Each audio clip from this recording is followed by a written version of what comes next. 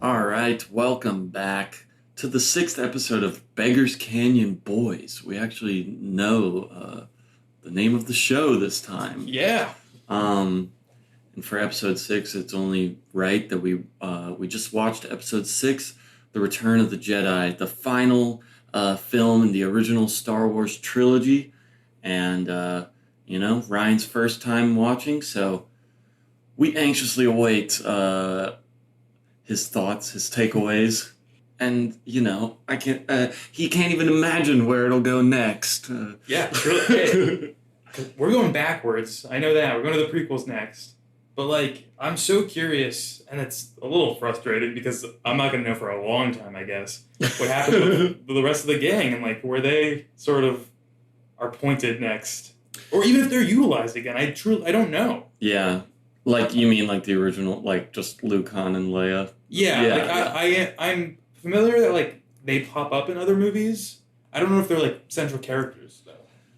Well, yeah. I mean, we'll have to see. But I will say, and this is not a spoiler or anything, a lot of the books and comics that we'll be checking out in a little bit, they tell some pretty cool stories about what happens after this. And those are canon. Not anymore. Oh, okay. And maybe they were never. I guess before, when they were coming out, there really wasn't that concept of this is canon and this is not. Some people would just be like, oh yeah, that's what happens, and other people would be like, well, George Lucas didn't write that or come up with it, so no, it's not what happens. Yeah.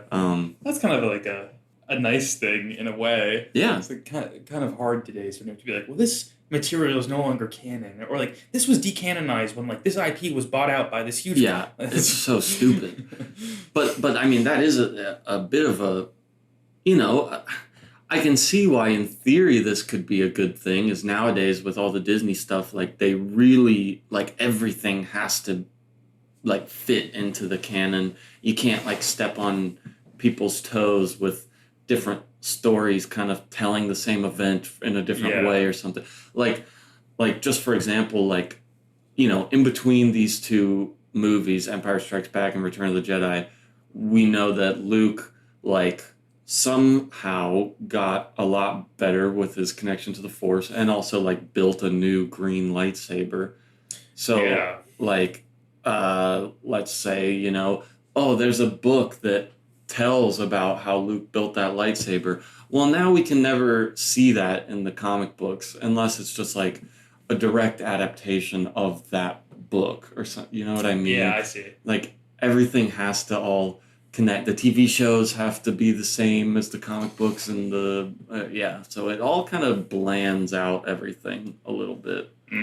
Where it used to be a little more crazy, and it was do what you want. Man, I guess I see both sides of that coin. Yeah.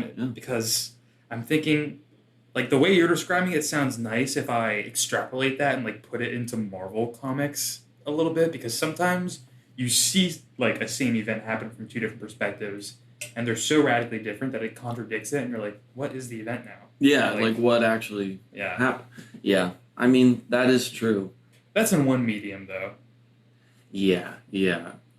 If all the comics had to it's not I want things to necessarily contradict each other or whatever. Yeah. But it does just add to this tone of sameness for everything. Yeah, sort of. But in theory, it's a nice thing. But anyway. Off topic already, really. Yeah. But I'm just excited to read some of these comics that come out in the 90s because they're really cool.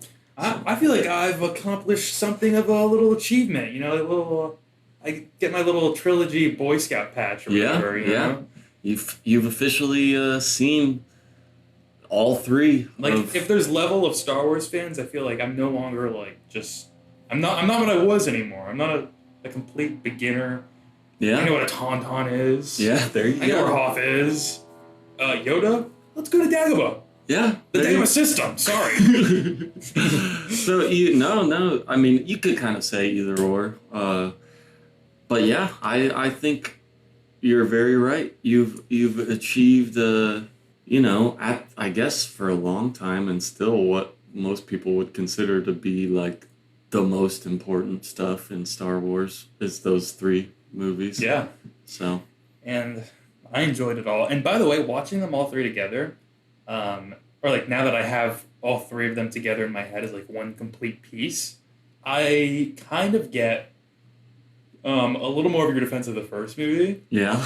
just because it's like really nice how there's like this is gonna sound weird. I don't have it like perfectly articulated, but it's kind of nice how their characterizations are a little more hollow there because then you get to the second movie and like everyone's sort of upgraded, and then you get to this one and everyone again is like upgraded even further. Yeah. So like kind of like it's not master level, but like for maybe what we'll see for now, like master level for them. Which is like really nice and like satisfying and fulfilling to see, and like makes me want to root for the characters, and I'm like proud of them when they achieve things. Yeah, well, that's awesome. I mean, I'm glad that that's your takeaway from it. Because, I think it makes them in retrospect like, oh, well, they grew from the first movie, Yeah. like, as people. That's why I'm imagining we had two completely different viewing experiences for that first one because it's all fresh to me, and for you, I'd imagine it was like, oh man, they go so far after this, or like, Yeah, oh man, yeah. I remember back when you small little Luke just trying to do this, so on and so forth. Yeah, for real. And it's like, oh, when he's just a farmer, just worried about buying the droids to help out at the farm. Yeah. And then by the end, I am a Jedi like my father before me. All that kind of stuff. It's like, wow, he really goes on quite the journey.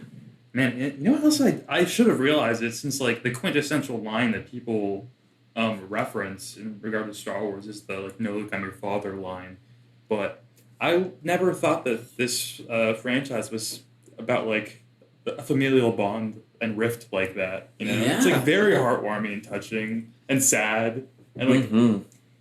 I guess just like more emotionally impactful than I was expecting. I think so. I mean, I feel like especially the stuff between like Luke and Darth Vader is really good. in Yeah, this that's movie. specifically what I do mean. Yeah. And I think like I don't know. I almost wish there was a little more between like Han and Leia in this one. Mm-hmm. But I think the acting is and dialogue is still really solid. That like I believe all the moments that they do have together, even if there's not that much. They do a lot of stuff together, but I don't know. I wish The relationship. their you relation. mean? Yeah, like I wish they just had more stuff of their relationship in this I one. think Princess Leia gets done a little dirty in this Oh, movie in yeah. multiple aspects. Like Jabba the Hutt stuff aside, I do agree. Like they feel weird to me in this movie a little bit because it feels every time like Han and Leia are together, it feels like Leia is like set dressing for Han Solo, or like just like I don't know. Like she's so enamored and smitten by him so quickly. It's like so different than how she acted in the second movie, even though she was warming up to him. It's like, Yeah. wow, she's like puppy dogging him now. Mhm. It seems odd. She kind of turns into like a weird like lady like mothery type character here, especially in like the second half, and even like the way they have her dressed in the Ewok village with her hair down and everything like that. It's like, oh yeah, like look at her coming out of the homestead, just ready to like chill by the fire and warm up to her boyfriend and stuff. Like, mhm. yeah, so I agree with you. I do like the moment that she decides to like chase after the scout troopers on the speeder bike, and that's kind of a good little character beat for her of like, and Luke is like, "What are you doing?" Yeah. So she's still got a little bit of like the bold decision making and stuff, but Yeah, for sure. Totally. And I say like it's weird in the movie because there are moments like that where like Leia's super cool and like just doing like the shooting with everyone, like all the cool stuff. Then like you contrast it with like those other weird moments, and it's like it feels like a little inconsistent for some reason. yeah, like what? Who is she? Yeah. anymore? Yeah. And I was noticing this thing that I don't know if I've noticed before, but not all, but some of Han Solo's lines seemed a little too much like, we know you like this guy, like, we know what kind of guy this is. He's charming and funny, so, like, Yeah. whatever he says is going to be charming and funny. It was a little too, like, written or something. Yeah. Not all of it. I know what you mean, because I noticed I had that thought like that only one time, though, because where I was just like, they're kind of milking him, aren't they? Mm-hmm. I forget what it is exactly. I've only seen this once, so I can't, like, go back frame by frame in my head like some people can. But they're like, it's something with fire or something, and he's like, yeah, it's hot, or something like that. And then he says another line, almost in the exact same cadence, in regards to something very similar later on. And I was like, they just like repeated the Han Solo like little quip. Yeah, yeah. Man, I can't. I'm trying to think of what you might be talking about, but I can't remember. I think it's when he's trying to be sneaky. It's like around that time, and then there's another point, but I don't know where that one is. When he's trying to be sneaky, like on Endor. Yes, is that the Ewok planet? Mm-hmm. Yeah. Mm-hmm. Mm-hmm. Well, it's a moon. Oh, okay. But that's okay. Wicket W. Warwick, that's the main one that finds Leia. Wicked W. Warwick, that's his name? Yeah, well, his real name... Wicked W. Warwick. Wicket. Yeah. So, you know... My boy's Wicked W. Yeah. Yeah, no, I'm sorry. I realized as I was saying it what you were doing. So yeah, sorry. I'm sorry. Kind of dumb. But pretty funny. Yeah, that's a young... you like Ewoks? Warwick Davis. How you like them Ewoks? Man, he's on one. He's excited. All right, sorry. No, Cut you off. Please. Cut me off all you want. I don't even care. We can just turn it off and stop doing it. Oh, shit. Okay. I didn't. Seems like I stepped on something I shouldn't have. No, I'm playing. Yeah, which he's like really cute, I think, and that adorable. Scene, yeah. Some of the Ewoks are a little weirder looking, but his little scene with Leia, like, you know, we can get into it, but I think, like, you know, he's cute, he's fun, the way he's moving around. Do people not like it? Well, this is like the main like thing that people go back to of like the Ewoks. Like, Return of the Jedi is pretty cool, but the Ewoks are in it. Really? Yeah. And it's like they're like, oh, they're just put in there for the little kids, and it's just like, oh, the stormtroopers and all their weaponry get beat by the Ewoks. That's cool. I liked it. Yeah. I was like initially taken aback a little, but yeah. Yeah, so before we were really rudely interrupted by other people who live in my apartment, we were talking Ewoks. Yeah. We're talking walk. Yeah. So... Because some people, yeah, they can talk the talk. But can they Ewok the walk? Yeah, exactly. That's really good. Yeah. See how easy I can turn it back on? We were so interrupted, and then boom! Yeah, now we're in the zone all over again. All right. Yeah, I think a lot of people really point to that as like, oh, you just put that in for like the little kids to have like a cute animal in there. How's Yoda that different though? Well, because Yoda's like really smart and like magical and powerful and everything, and I think the Ewoks are just they're not unintelligent. No, but they're kind of stupid. They think C-3PO is a god, and they try to eat Han Solo.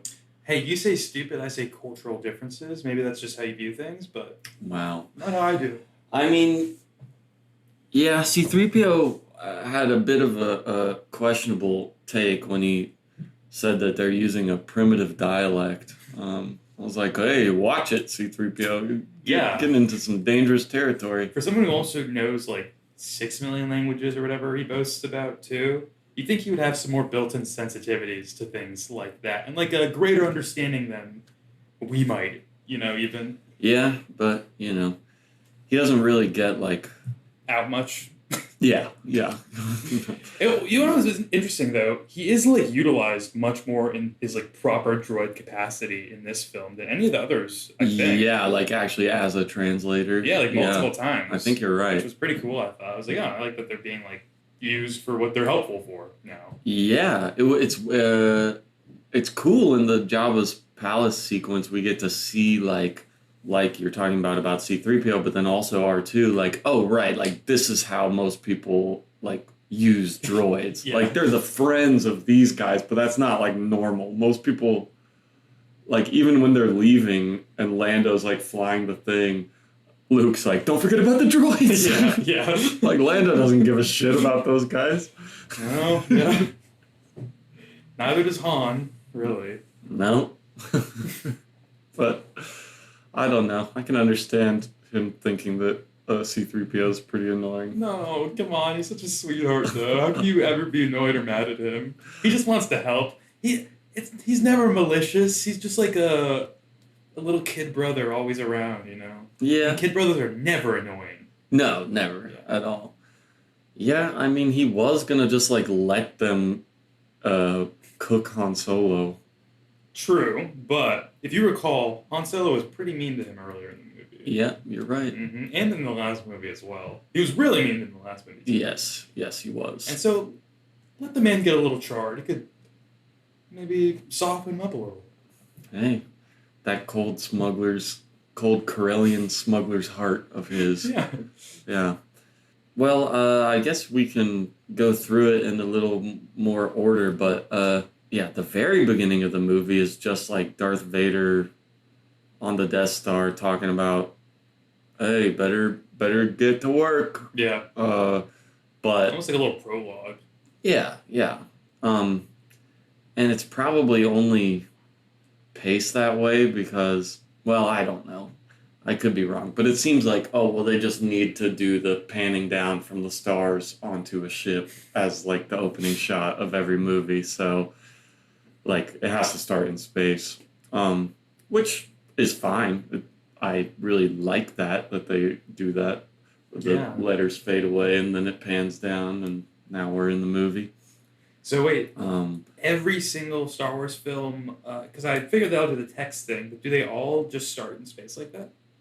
Yes. Wow, that's honestly pretty impressive. Like, yeah, for all the movies to figure out a way to do that. Trying to remember. I mean, easy. I'm pretty sure they still do it in the new like sequel ones. Yeah, definitely in the prequels though. Oh, yeah, that's cool. But yeah, not so much happens there immediately. No, but I mean, the only reason I really mention that is because, like, you know, the whole first act pretty much is just the Jabba the Hutt palace stuff. Mm-hmm. What's your? I really think it's a really cool, like, self-contained little almost mini movie within the movie. Like that whole thing. It reminded me of Empire Strikes Back, like the beginning where like Hoth feels like its own little thing. Yeah, before yeah. They like, go on and do the rest of it. I really liked it there, and I really liked it here too. Yeah, I agree. Like they have two different, or like pretty much like a 3-act structure within that first act, and I think it's a cool. Like, yeah, it reminds me of that too from Empire, but it's cool because like the Empire one is like, you know, more like the grand scale war stuff of Star Wars, and then this one's more like the criminal underworld, like nitty gritty aesthetic side of Star Wars, which are, and then, you know, I was thinking about that, and then like also there's like at the end when they're cutting between all the crazy ship stuff and then like Darth Vader and Luke stuff, I'm like, wow, like they really hold a lot of different styles of things in tandem, and it really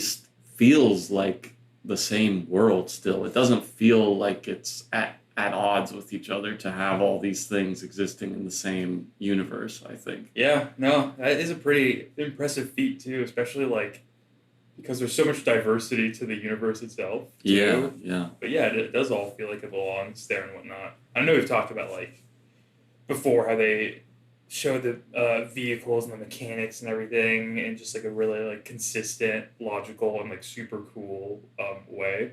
Continue to do that here as well. Always like impressive to see every movie.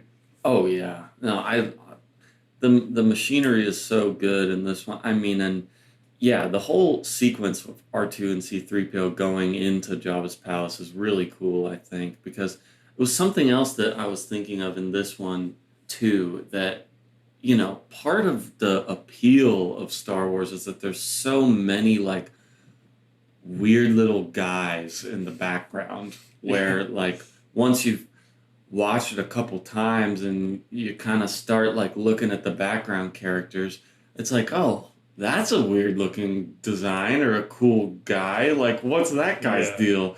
And like, but they never really like draw attention to it in the directing, so it feels like, yeah, they're just like somebody there who Yeah. would be there. Which I feel like nowadays in movies, if they had a cool alien design, they would be like, look at it, you're not gonna miss it. Make Yeah. sure you see it.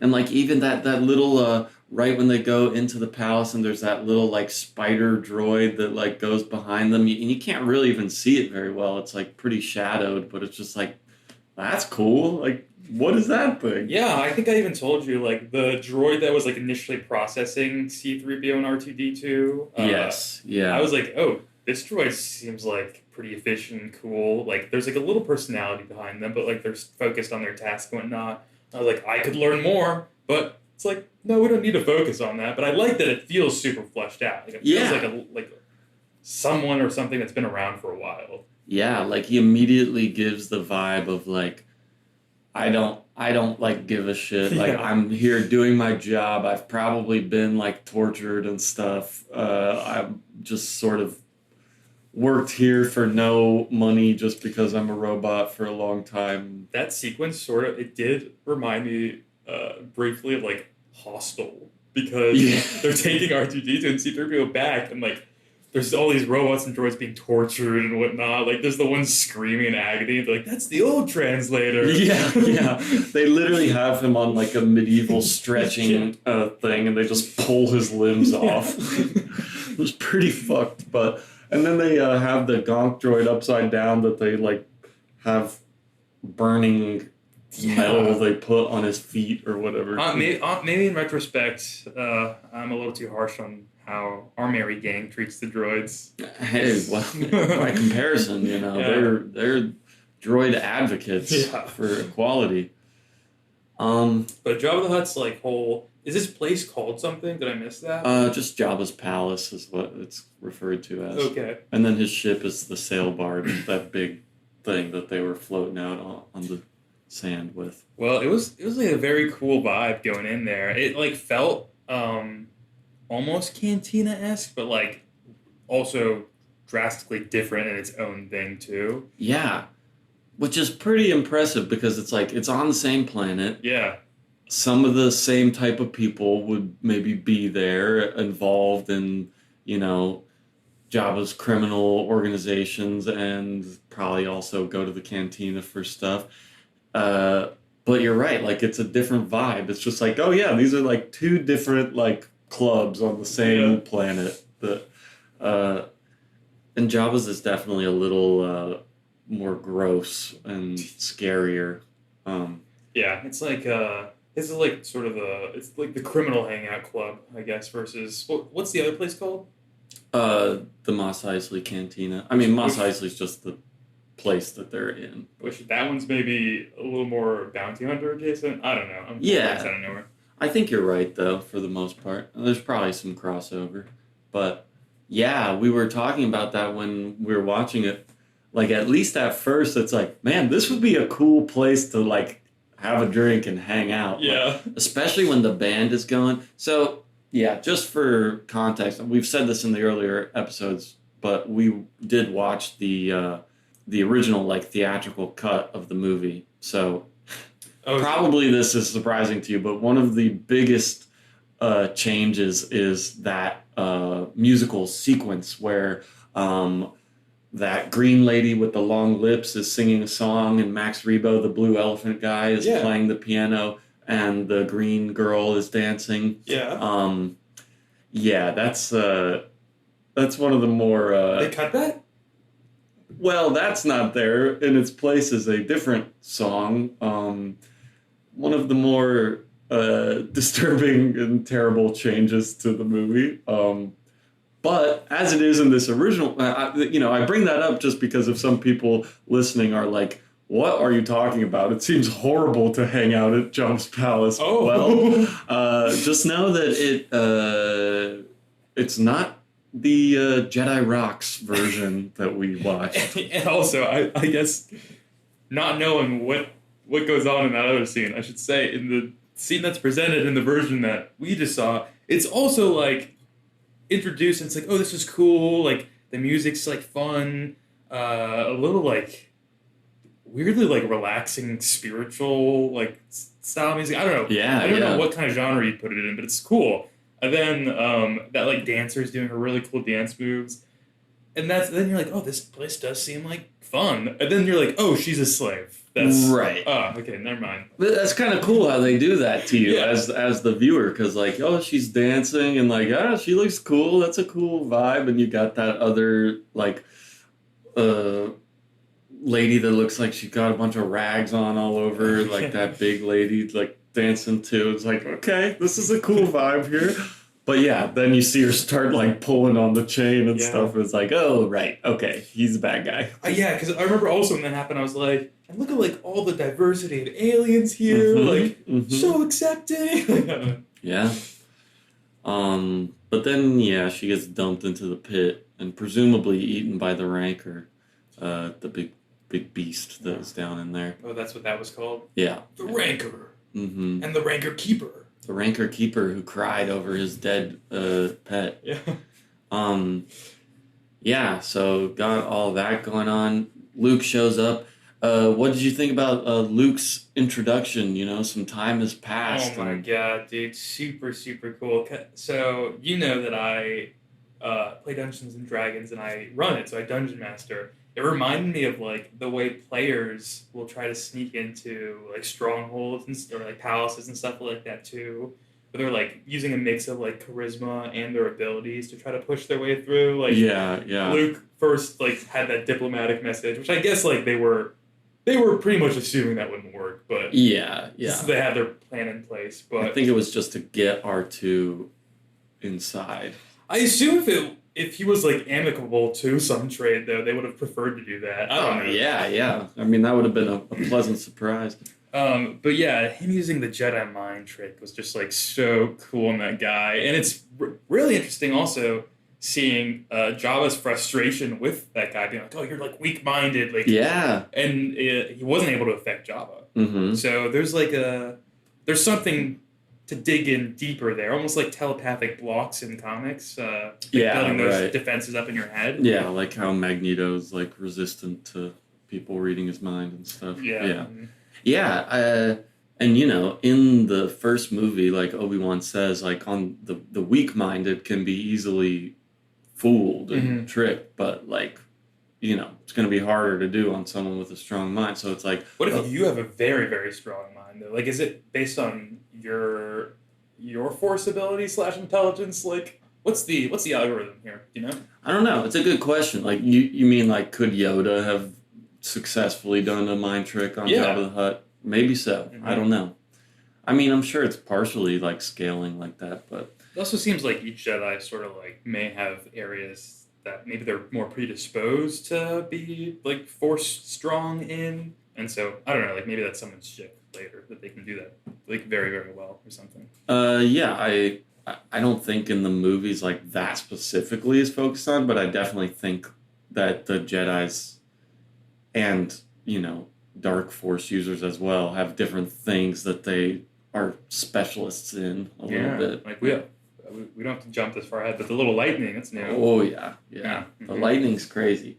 I really like how Luke comes into the building and he's wearing like all black and stuff, and we're like, okay, like last time we saw him he was kind of like in a fucked up place. Like how is he doing now? Like, is he scary now? And pretty so quickly, cool. Oh yeah, he really does. Quickly, it's like, you know, he's still like a good guy, even though he does seem like all mature and like a little colder and stuff the whole time too. Yeah, he looks, well, I guess, did you say, is he on cocaine here, or is he, like, doing... Not that I know of. I don't know. I don't know if they made him look this way or just, like, looks this way, but he looks, like, also tired and, like, gaunt a little bit, Yeah, too. yeah. Like, pretty... Like, he's got the circles around his eyes, almost. Like, You're right. he looks pretty cool. He's been through it. Mm-hmm. I've turned, like... I like Luke a lot as a character, because he's got... I like him as a character that I don't initially, like, feel a strong pull towards. And then by the end, I'm, like, really rooting for them. And that's, like, what happened with Luke for me. That's... Yeah, I mean, I can totally understand, like, not really liking him in the first movie. Yeah, I didn't dislike him, but... Yeah, at least being like, well, he's okay. Like, whatever. But, yeah. He kind of just is okay in the first movie. And then he does something super heroic at the end. And you're like, okay, I mean, cool. And then he just keeps building off of that. Mm-hmm. Yeah. I also really... I like to see, like, going from pre-training through his training. And then now, like, I know he like goes back and tries to do more training after that, and Yoda's like, "No, you're good." But just like watching someone get a mastery over something they've been working on is just like fun to see, and it fulfills the satisfaction I've wanted, like, of more Force usage from it, you know? Yeah, for sure. Like, because now he's using it a lot to like move stuff, mind tricks, backflips. Yeah. Yeah, the little chair thing with C-3PO. Yeah, that was fun. Also, like, that again reminded me of, like, I was like, oh, this is a creative, like, way to get out of a situation, something like D&D players would do. Like, I like that. A non-combat way to fix a problem. I like that. Like, we're just like this ragtag group trying to solve problems, brute force it sort of however we can. Like, yeah. They're like, oh well, this is the. I mean, they're a little on the nose with, like, referencing, like, oh, how do we always find ourselves in these types of situations in this one? But, they've earned that a little bit, I think. I think I did say, like, man, they get captured a lot. Yeah. They really do. Yeah, little things. Did you know that was Leia when she brought Chewie in her, like, bounty hunter costume? No, I actually thought it was Yoda. And I thought we were going to see Yoda do some action there, because I was expecting Yoda to fight in this movie, not die. No, he just... And the framing made the person look really, really tiny to me. Maybe, like... She just is, like, really small compared to Chewbacca. Yeah, I was like, I guess because there's Chewbacca there, and I was like, my mind was... I don't know. But it looked so small to me. I was like, that has to be Yoda. Yeah, I agree. She looks super tiny next to him. I was expecting, like, a Yoda scene where he just takes out the entire, like, palace. I mean, that would be pretty cool, in a way. But Yoda is a pacifist, all right? He doesn't believe in fighting. Okay. And I'm going to stick to that. Yet? Never. What else we got going on at Jabba's palace? Oh, yeah. What did you think about Salacious Crumb? Fan favorite character. Really like him. Yeah. I love also when some of those puppet characters are just like puppet animals. It's like, that's just like a little rat thing. Yeah. But this guy looks so... He just got like a little beak, but he's like furry, and they really cut back to him a lot, him laughing and stuff. Yeah, and it's great. Yeah, I agree. It made me laugh like almost every time I expected him. I love him, and that voice he has is just so good. Like, I want a Salacious Crumb figure. Oh, me too. I'd like a little plushie or something of him. Yeah, they exist. They do sell those at Disneyland. Yeah, of course. R2 zaps him too. Yeah. R2 has a lot of little, like, gadgets in this one. R2's awesome in this movie. Like, more so than any of the other movies. Yeah. Maybe both combined. R2's more awesome in this one. I agree. Even just on a visual level, like, he looks pretty sick when he's, like, got his drink carrying trays on. I know. I was thinking also, whenever there's like they're wearing a cool thing, I'm like, is there an action figure of that? Yeah. I was like, there's gotta be, right? When Chewie is in the ATST walker, I'm like, right, there's a nice little like statue of him like halfway out the top like hole of the walker thing. Yeah. Looks pretty cool. Ooh, yeah, I bet there's some cool like 1/10 statues or like even larger scale statues of Star Wars stuff too. Yeah, they have good stuff. And what are we on about? we were talking about Jabba's palace being epic. I guess. But morally, wrong. Yes, bad stuff going on there that I don't agree with. Yeah, I guess there is some other things to talk about with it. I mean, we've got the whole sequence there, and then we have the whole part actually out on the sand, where they've got the two little like skiffs that like when they're gonna go throw them into the Sarlacc Oh yeah, pit. but you're even jumping ahead past like Han Solo getting released. Oh, you're right. too, You're right. Which was and we have the Rancor fight and stuff before that too. oh true, yeah. But that was like a big thing I was curious about. I was like, how is Han Solo going to like get melted out of that? Like, what kind of process is it going to be? Yeah. And I was curious if there'd be side effects, which interestingly there was for a little bit, which was pretty cool. Honestly, Yeah. I was like, oh, I like this that he doesn't know like where he is exactly, what's going on. He's set back a little right now. Yeah, she like you have hibernation sickness. Yeah. I think that's cool too. And I truly kept listening for like Yoda's cadence. By the way. Oh yeah. I was like, are they just like hiding it, like because they don't want to reveal it? I'm waiting for him to say like hibernation sickness you have. That's so funny to me that you thought it was Yoda. I mean, not like that's like so stupid or anything, but just knowing who it is and not being able to like forget that or whatever. It's just funny thinking about that being Yoda. I guess it is a little silly because like why would it be Yoda? But also I guess time jump, so you never know like what plans and machinations go on between movies. Yeah. I mean, I think it's like 3 years after the last one.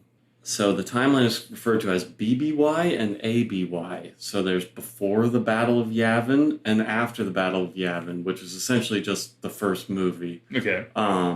And Return of the Jedi takes place in 4 ABY, so 4 years after the first movie. But Empire takes place, in 3 ABY. Okay.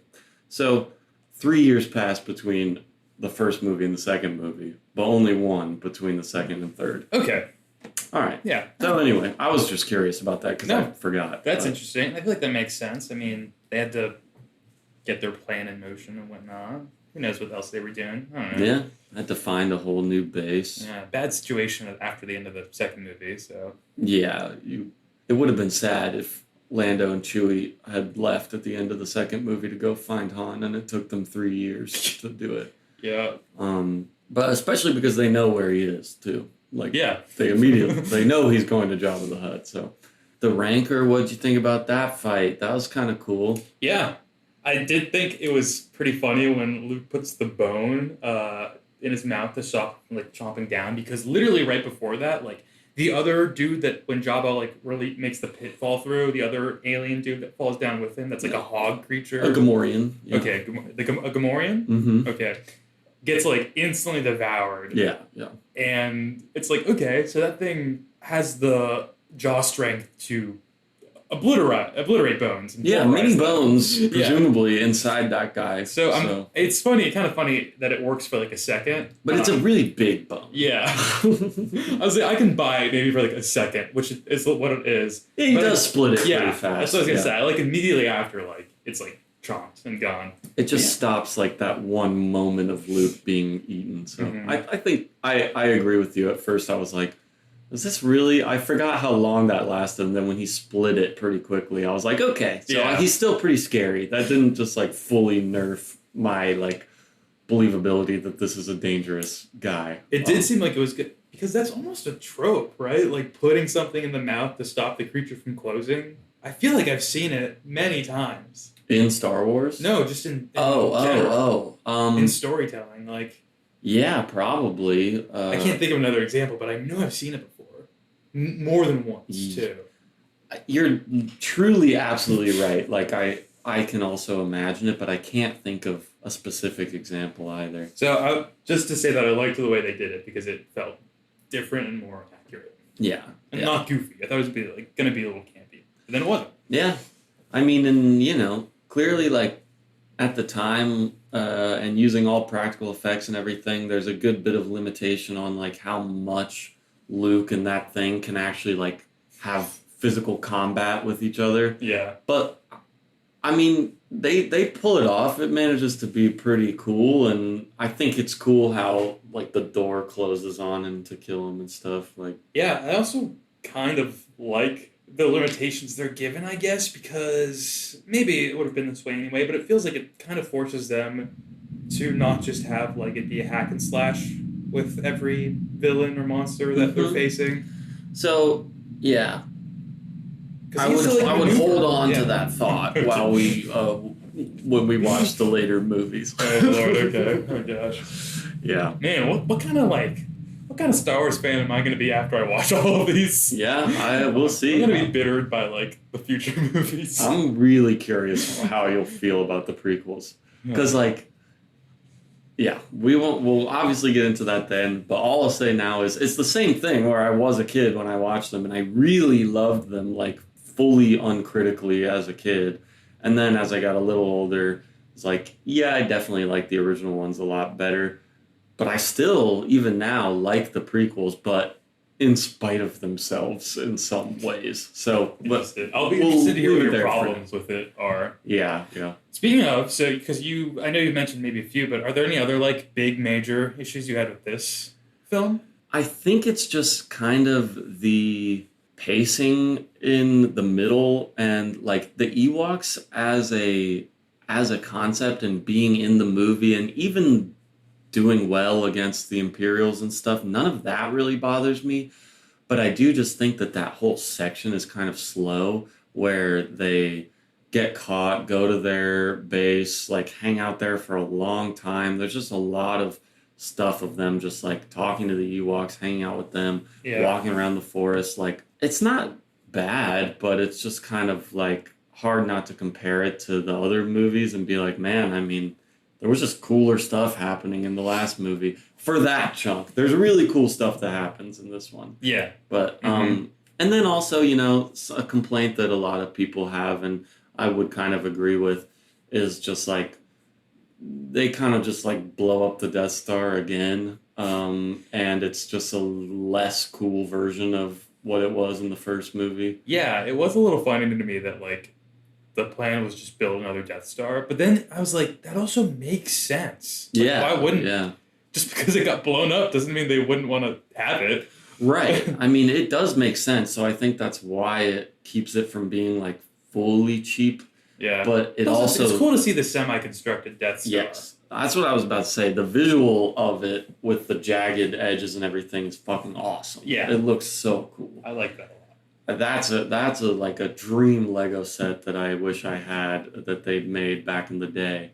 The being under constructed Death Star. Yeah, that's sick. It's so there's two then, right? There's the full Death Star and there's the under construction. The full one, I don't know if there is a full one that is just like the outside shell.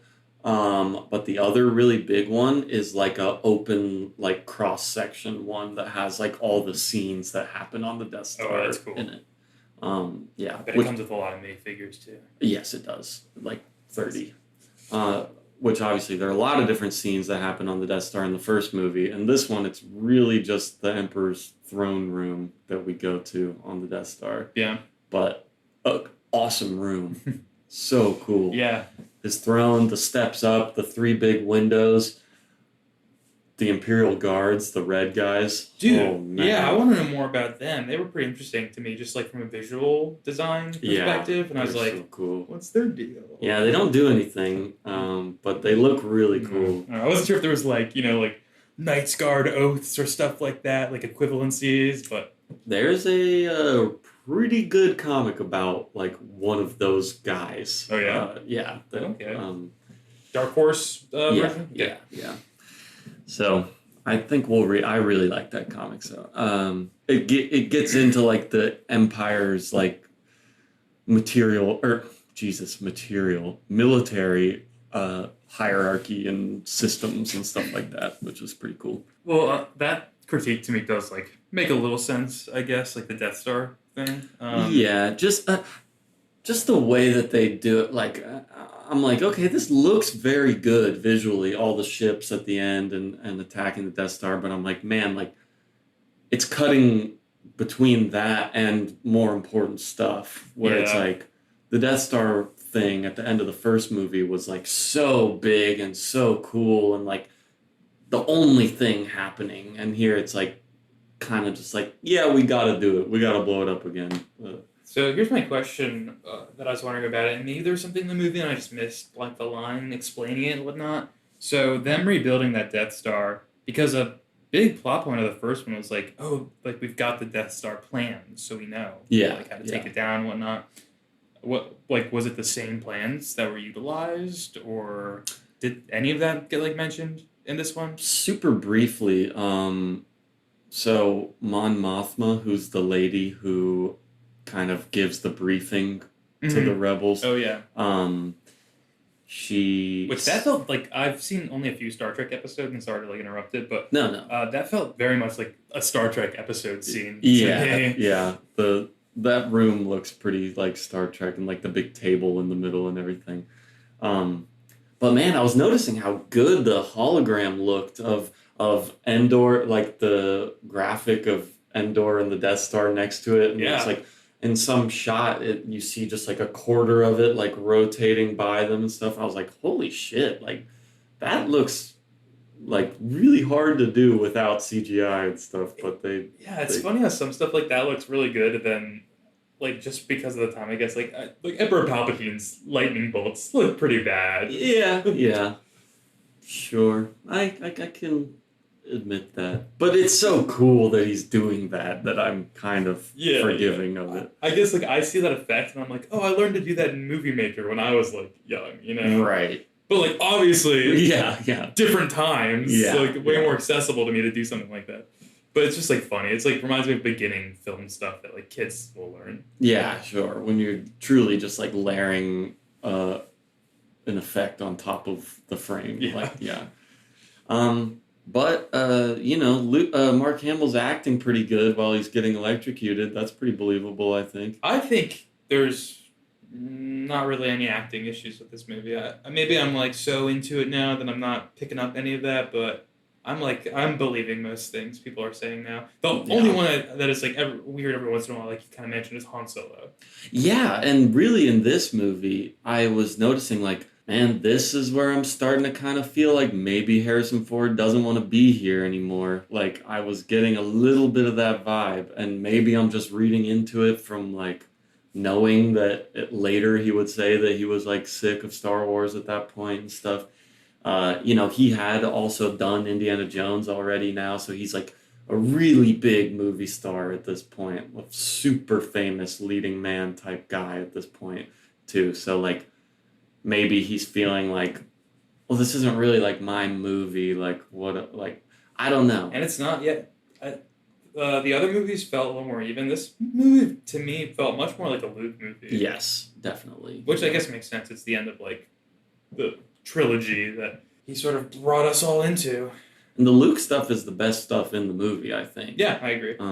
Yeah, that whole part of it really elevates the whole movie for me, whereas I think, like, it's not even necessarily like I dislike all the stuff on Endor, but if this movie didn't have the stuff with, like, the Emperor and Luke and Darth Vader, like, it would just kind of be okay, I think. Well, the whole opening Jabba the Hutt stuff is really good, too, I think. Yeah. Yeah, and I kind of... It's not like I need more Yoda because it makes him special that he was really just featured in that middle movie and he had a really important part in that movie. And then you get the sense of like, no, like we needed more, but no, he's dying, and that's just how it is. I needed more Yoda for sure. Yeah, I expected him in the first movie. He wasn't there. Came in the second movie. I'm like, where's the Yoda fight? Not there. Expecting it in the beginning of this third movie?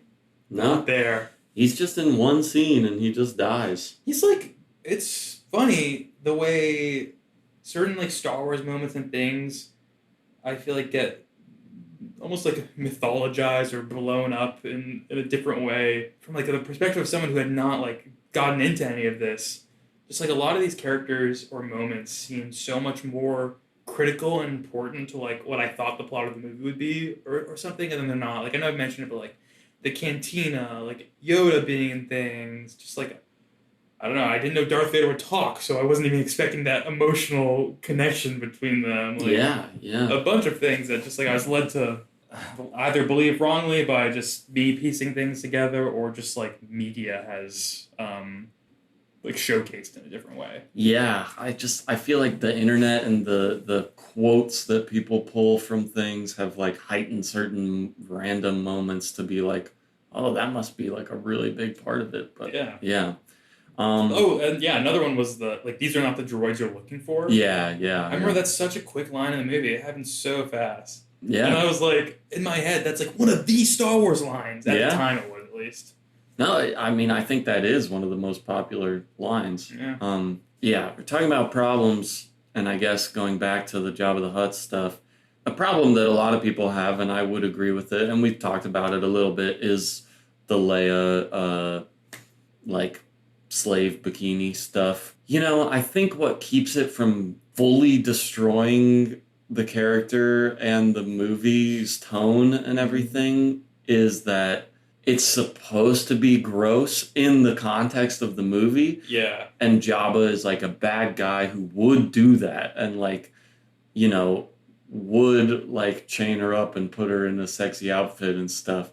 And then she does get to, you know, kill him, and she's who kills Jabba the Hutt. So yeah, that's satisfying, especially after Luke giving him all the warnings, and it almost seems like Luke's gonna kill him. Which I'm glad they went with like Leia getting to choke the life out of him. Yeah, yeah, and it's a nice like gross death. I mean, we've seen his like nasty tongue licking his lips all the time, so we get to see his tongue flop out when he dies. That's pretty nice.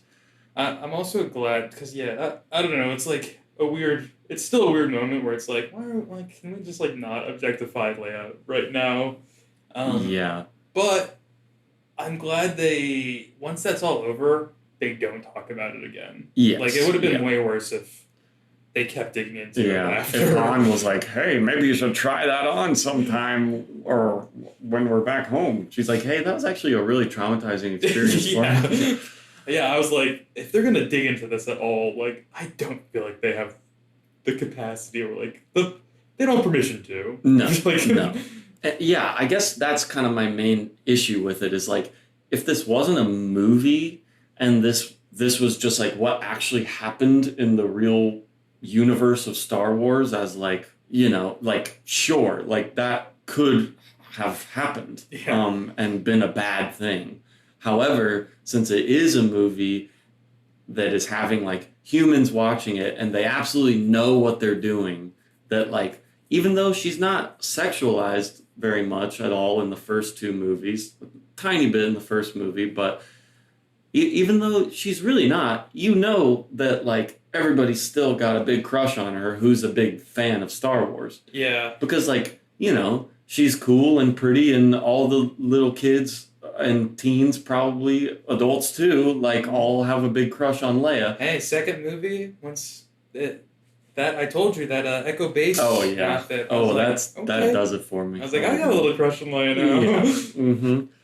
But like, it's because she's like tough looking and cool looking, and then in this one, it feels really like, okay, well, let's give them what they want. Like, let's see her in a skimpy outfit, which is really just yucky to Carrie Fisher, because you know that like from then on, like everybody's gonna think about Leia in like this sexualized way, and she became like a sex slave for a little bit, you know? It's just like, and I know that is a popular like costume and like I don't know, it's like they made it a thing now. Yeah, it's like associated with the character. And we can talk about this more in the next episode of the podcast when we go more into the behind the scenes and stuff, but they did like this whole like photo shoot where it was her, Darth Vader, and some Gamorrean guards like playing on a beach with like beach balls and stuff, and she's like in that outfit doing like very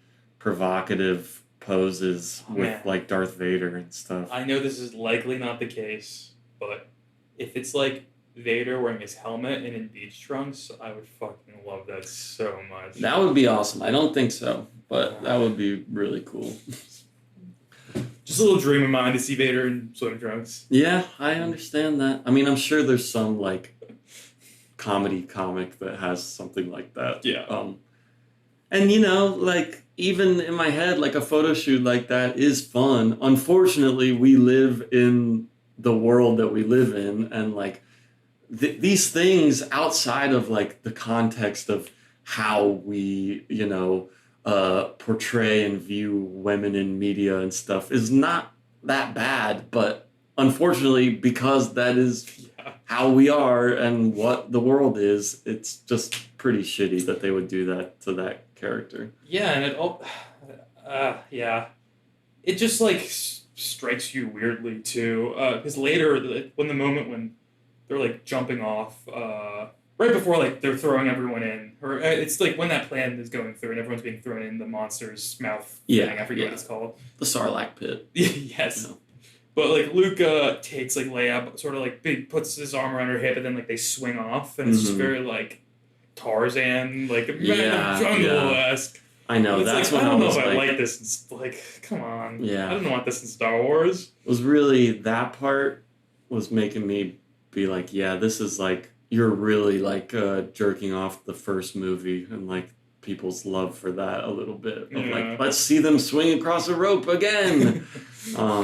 I do love that sequence though, when they are out on the two little skiffs and then the big sail barge, and then like we mentioned before, Luke goes out on the little like plank, and he's like, all right, last chance or you will die, and he's of course everybody's just laughing at him, and then R2 pops the lightsaber out of the front, the green lightsaber reveal. Very beautiful cool looking. Well, I thought, like I said, the green lightsaber, I thought that was Yoda's, Yeah, well, I mean, you're not wrong about that. Okay. But I the reason why I started talking about that is because I love how he looks when he's actually on the top deck of the sail barge and he's just like swinging at guys. Yeah. And the sand in the background with like his black costume and the green lightsaber, like it just looks awesome. He's just like very awesome and cool looking there in general. Yeah. And through that whole like the Jabba the Hutt thing, because he's so calm about it. Like when he's giving the warnings, just like it almost feels like a parent being like, okay, really, last warning. This is the last warning. Mm-hmm. Okay, last warning. Really now. Like, then he's like, I'm giving you every opportunity for me to not kill you. You're going to die. Yeah.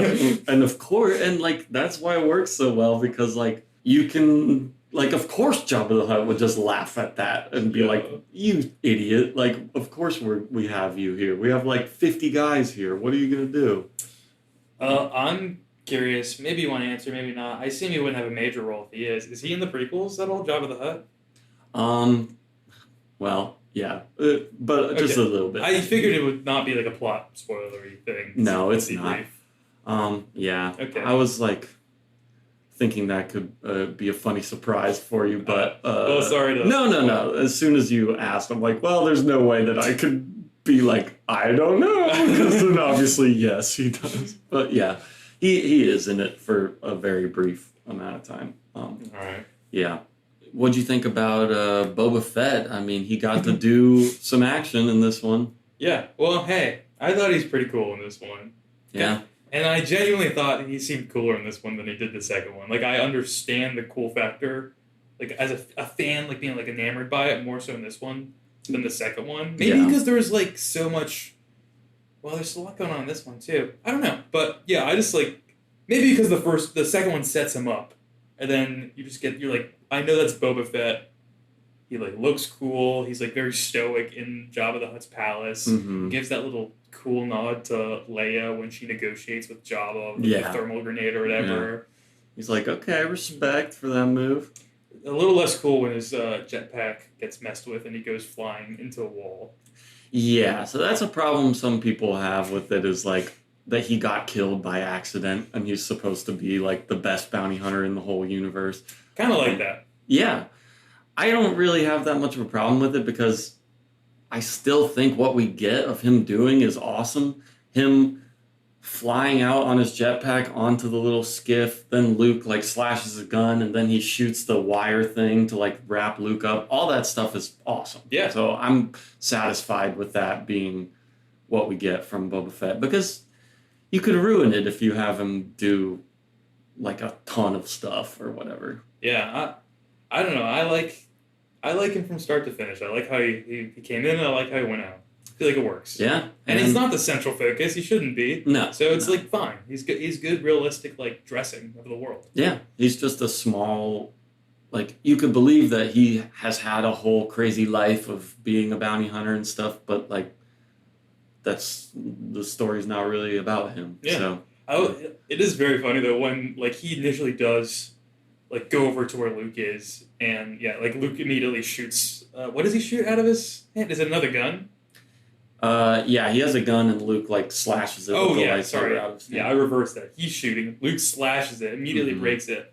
Like literally as that was breaking, I was like, oh, this is gonna be like a little bit of a tougher battle here for a second for Luke. We'll see, because But yeah, Yeah, not that tough. he did get the wire wrapped around him and stuff though, and that was Yeah. a little tough moment. I really like too in that sequence when Lando is like sliding into the pit and Han is like blindly hanging off of the side and like grabbing him, and then he's like, "Give me your gun." He's like, "But I thought you were blind." Yeah. Like, that whole part is really fun. Yeah, their back and forth there is really funny. Yeah. And like, again, a really nice relationship moment, because I'm like, it makes you feel like these guys know each other like super, super well. Yeah, yeah. Yeah, and they have a nice moment too later when he's telling him that he can use the Falcon. He's like, "I want you to take her, come on." Yeah. But like he's still worried about it and stuff. Yeah, it's like, you really promised me you're not going to leave a scratch on it. Yeah. But then it's also, subtextually like, you be safe. Like, I care about you not Yeah. getting hurt. Which is nice. Yeah.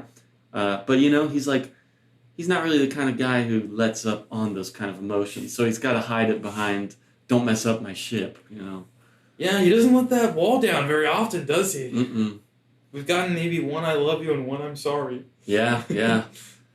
I do really like that moment though when he gets mad at Leia and then he apologizes. Yeah. I'm like, because he's kind of a piece of shit, but It's also like, it's a funny moment because it's like, if there was like just a little bit of communication here, like, it's not an issue. Like, you guys don't have an issue right now.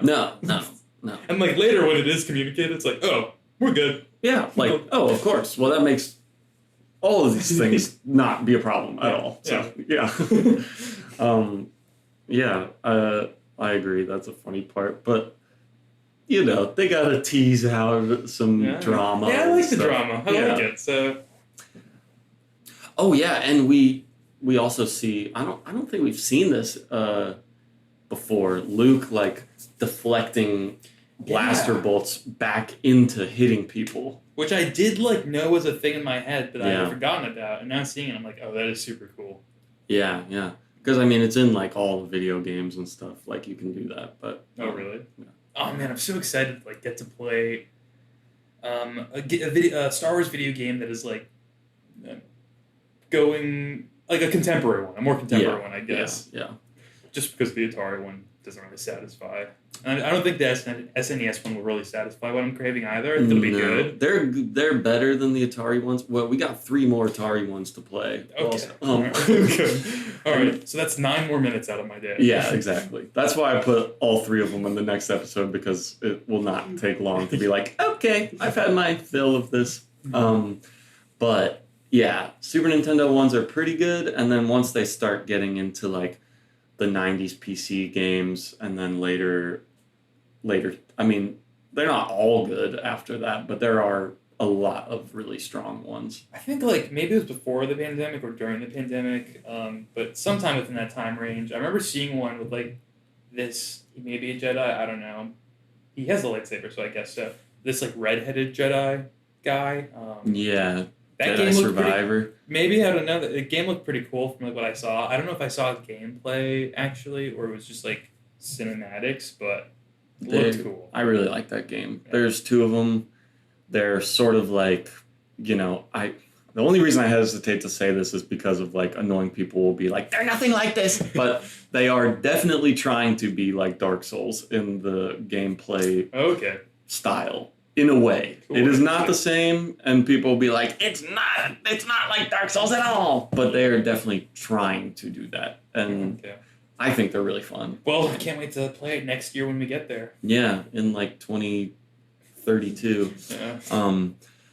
Oh, okay. So yeah, I know you wanted to see more Yoda. What did you think about? I mean, we only get him for one scene, but did you think it was still cool? Yeah, I really like Yoda. I thought like he'd be a character I liked way more than I do, but that's also just because I thought he would have more prominence in the trilogy. Sure. So like he's there, he's cool. I think he's very wise. I like all that. He has amazing lines in the Empire Strikes Back film. It's just sort of like a nice slow closing moment for him in this movie, I guess. Nothing like too extraordinary, but I like it. Yeah, I agree. Like he's so good in the last movie that it's like, I don't know, maybe I'm just being like greedy to want more stuff from him, and it makes it more special that he's only really featured in the one movie. But yeah, I do really like his little joke about how when 900 years old you have reached, look as good you will not. Yeah. Something like that. But oh man, that is old too. Really makes you think. Maybe that's why you can't have Yoda around for so long too. Someone that old would be so wise. They would have, and especially like with Yoda's mindset, he's too powerful, Yeah. I mean, I know, like, you'd think, and people have asked this question and stuff of like, oh, well, if Yoda's so, like, amazing and strong, like, why is he just chilling by himself on the planet and not helping anybody? And it's like, okay, he is helping. He literally made Luke into a Jedi. Also, he is a pacifist. Also, he has secluded himself on Dagobah because there's a vergence in the Force, and there's a special cave with magic Force powers there that he wants to be near and study. So yeah, which should also that should be valid. Honestly, that in and of itself should be a valid enough reason for him to be there. Like if they've built like dogma around the Force, and there's something on a planet that like is manipulating it to some degree, or like a nexus of energy for it or something. Yeah. Worth looking into. Yeah. And he's too old to probably like fight anymore anyway, so. I bet he could still lightsaber with the best of them. Oh, stay silent. Oh, man. Yeah. Oh, and then I guess another problem that people have with this movie is the reveal of Leia being his sister, feeling sort of like a retcon or like coming out of nowhere. And just because like I've known it my whole life and like accepted it when I was little, it's hard for me to put myself in a headspace of like not knowing that it's his sister and accepting that. But like, I don't know. What do you think about that reveal and stuff? I don't know. Wait, so what is the major issue people have with it? Well, I think it's just that, like... Because to me, it doesn't feel like a retcon. It seems like that was the plan. I mean, I kind of agree with you, and I think that there are people who don't... And I know that the original plan was not that. But I also knew beforehand, so maybe right. Like my mind's polluted on it too. But it seems like they set it up intentionally. I think so, and I think it really works, especially with the moment at the end of Empire Strikes Back where he calls out to her while he's hanging underneath the city, and she hears him, and they have a Force connection. And it's like, okay, I mean, that's enough for me to buy it, but... And the moments themselves of the reveal, I think, are all done really well and nice. Yeah. Like, they're really good character moments. It's funny that, like, when Luke knows and then he first sees Leia, he's like, I have something to tell you later. Yeah. Oh. She's just like, what's wrong? Ask me again another time. Yeah. It's like, you can tell her now. Yeah. Okay. Well, they're in front of all these people and whatever. That's fair. I'd be excited though. You know, Yeah. just like I want to get it off my chest. That's just me. That's what makes me different from Luke. That's why I'm not saving the galaxy. That's why I'm here. Hey, I mean, you're saving the galaxy in your own way by I'm saving hearts providing, and minds. yeah, entertainment. Yeah. Yeah, I kind of have a hard time putting my finger on why people really don't care for that. Do people just like not want her to have the Force? Is that part of it? Probably, but I don't know. I mean, I think it's maybe something with like, oh, there's all the Jedi are dead. It's just Obi-Wan and Luke. Oh wait, actually Yoda also is still alive. Oh wait, there's another Jedi, Leia. But it's like, whatever. There's still like so few of them. It's not like a big deal. I also think that's a thing that's not unrealistic, especially in the expanse of like a giant space of galaxies. Yeah, I don't know. You know how the United States, was this the U.S. even? Whatever. Do you know how the world eradicated smallpox? No? Well, basically, they like made a decision. They were like, "Hey, smallpox is really bad. We need to like start creating a methodology where we can like vaccinate against it in a way where it's just going to eradicate this disease and it's no longer going to be an issue." You and I don't have the smallpox vaccination. We don't care about it. Yeah. I think but there is still smallpox in the world. But people greatly say it's pretty much eradicated because it'll never be a thought we have to deal with again. I feel like the Jedi thing is a similar thing to that. Yeah, I see what you're saying. Sorry, I got lost in my own metaphor. I was like, wait, why am I talking about smallpox? No, but I follow. Yeah. No, I think you're right. Where they're like, okay, the Jedi Order has been fully destroyed. Yeah. There are maybe a few alive here and there, but they can't like band together to like make an army of Jedi or anything like that. So I guess I'm saying like to me, Jedis are smallpox, right, and are as dangerous and bad for your health. Well, I think they're pretty itchy. cool. Yeah, they are. They are itchy though because they had to meet Chewbacca's grandpa or dad. His dad is itchy, right? And the son is lumpy. Honestly, I forgot that one of their names was Itchy because Lumpy is the one that was. That's the name that stuck in my head. Lumpy's a kid for sure. Yeah. But Itchy sounds right. It was something like dumb. Yeah, it was. Itchy is definitely one of them. Yeah. We can just talk about the holiday special again the rest of the time if you want. Should we rewatch? Yeah. Holiday special. Pop it on. Yeah. Another drink tonight. Oh, fuck. God, isn't it so funny how that just feels like it kind of works with the first movie almost, and then really does not with the other two? Yeah. Which, I mean, I know the TV special. Well, who directed the TV special? Do you know? I forget his name. It's some TV I know guy. it was George Lucas, but I'm a little worried about the prequels just because, George Lucas directed the first one, and the first one's the one I liked the least. So I'm like, are they going to be sort of similar, in the portions that I disliked? I hope not. Yeah, well, we'll see. Yeah, because I know I told you, but he fully writes and directs all three of the prequels. I feel like writing wise, I don't know. He probably because his writing is basically this whole first trilogy, right? He had the major control still. Yes, of the story and the whole plot elements. I know he didn't and do the everything. script. Yeah, the screenplay and then the first one he fully did by himself, at least according to the credits and everything. Mm-hmm. And then in the second one, Lawrence Kasdan did a big pass on George's script that he had from that other lady. I forget her name that we talked about. That's cool that I can't remember her name. Hey man, you've got so many Star Wars names in there. Is it really so bad if one of them slipped out? Yeah, I don't know. She has a screenwriting credit on my favorite movie, so I should probably remember her name. I guess so. And then Lawrence Kasdan is who's really responsible for all of the very natural banter and everything that's in the second one and this one too.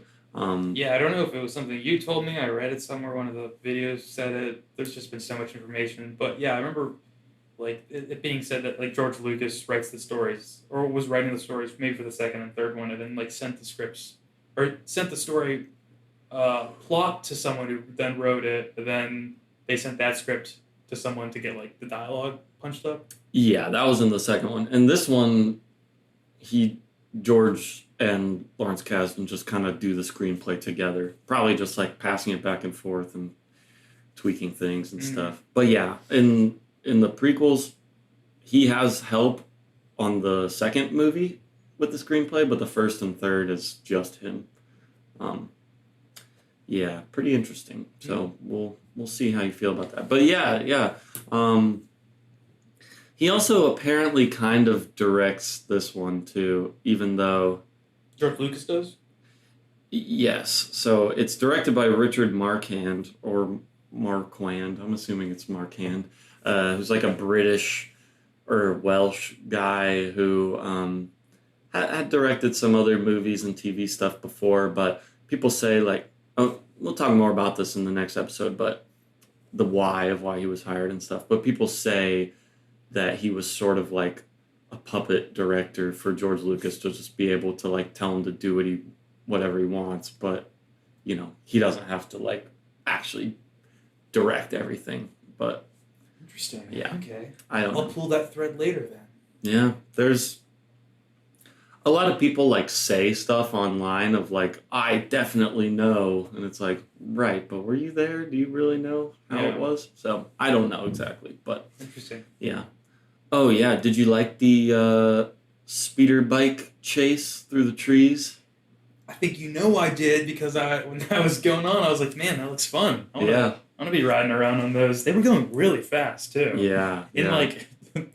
In terrain where you should not be going that fast. Really dangerous. And I think we learned why. We saw the dangers. The scout trooper looks back to see if he got Leia, and then he explodes into the root of the tree. Yeah. And see, that also, I like the accident deaths like that were getting thrown in a little bit. Like, I feel like Boba Fett's, again, it like makes sense that there would be things like that would happen. It's like you're working... It's a pretty dangerous world. Yeah, seriously. Yeah, stuff would happen on... But that was a cool sequence. Yeah, I think it's really impressive how that looks, too. Like, you can tell that they're on a green screen and stuff, but still, like, the sway of it, and it really looks, like, pretty natural, the motion of those speeders and, like, how they kind of just flow over stuff and then go back down and sway around. Really nice. And then, I mean... Yeah, so cool when Luke gets knocked off of his and then takes the lightsaber out and the guy comes around for another pass and he cuts the front of it off. Oh, and yeah.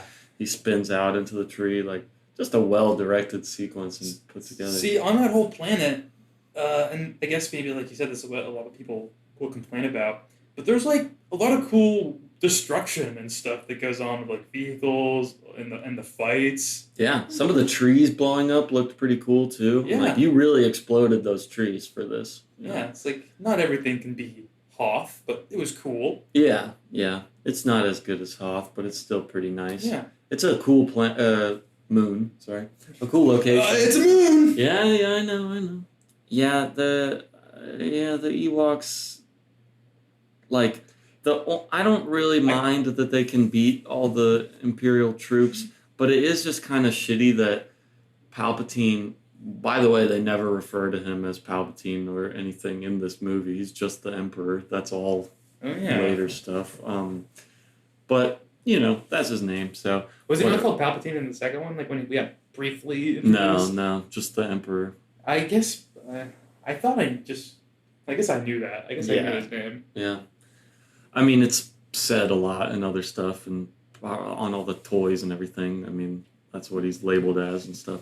But, yeah, he says, like, this is all my master plan. Like, the only reason you got the plans to the second Death Star is because I let you get them so that you would come here. Because his whole goal is to turn Luke to the dark side, and we have Luke kill Darth Vader and become his new apprentice. Yeah, did Vader know that part? I don't know, but he should have known. I mean, that's just kind of the way they operate. Yeah. Darth Vader, in the second movie is telling him, hey, we could kill the Emperor together and then you could be my guy. So they just all want to do that. But yeah, he says like, oh, this is my huge plan. And now your friends down on Endor will run into the most elite squadron of stormtroopers that I have. And it's like, oh, okay, really? The reason why his plan didn't work is because he didn't know about the little teddy bears on the planet. Like, I like that in theory that he's overconfident in his military ability, that he overlooks like, an indigenous population on the planet, or like puts too much faith in his technology over like people banding together and being able to stand up for themselves and stuff. But it just is a little silly, the whole battle sequence. Yeah, I guess like I had assumed they knew Ewoks were there, but just looked at them as like such a lower class life form. They were like, it's not going to be an issue. Like if like these like animals, basically as we see them, are running around this planet, like they're not going to mess with our work and whatnot. Right. So it does feel kind of nice when they do, to me. But I also do get that. Like, I think that criticism is pretty valid. Also, those stormtroopers, in and of themselves, have never been that capable from what we've seen. No. I know. I mean, that's something that people talk about a lot. Like, in the first movie, Obi-Wan, when they come across all the dead Jawas and stuff, and he's like, we're meant to think that these were Tusken Raiders, but actually it was stormtroopers, because only an Imperial stormtrooper could be so precise with their shooting. Mm-hmm. And then like later in the movie we see 30 guys all shooting at Han at the same time and none of them hit him once and stuff like that. Yeah. So like I obviously understand why all that stuff happens for the point of like the movie plot and everything, but yeah.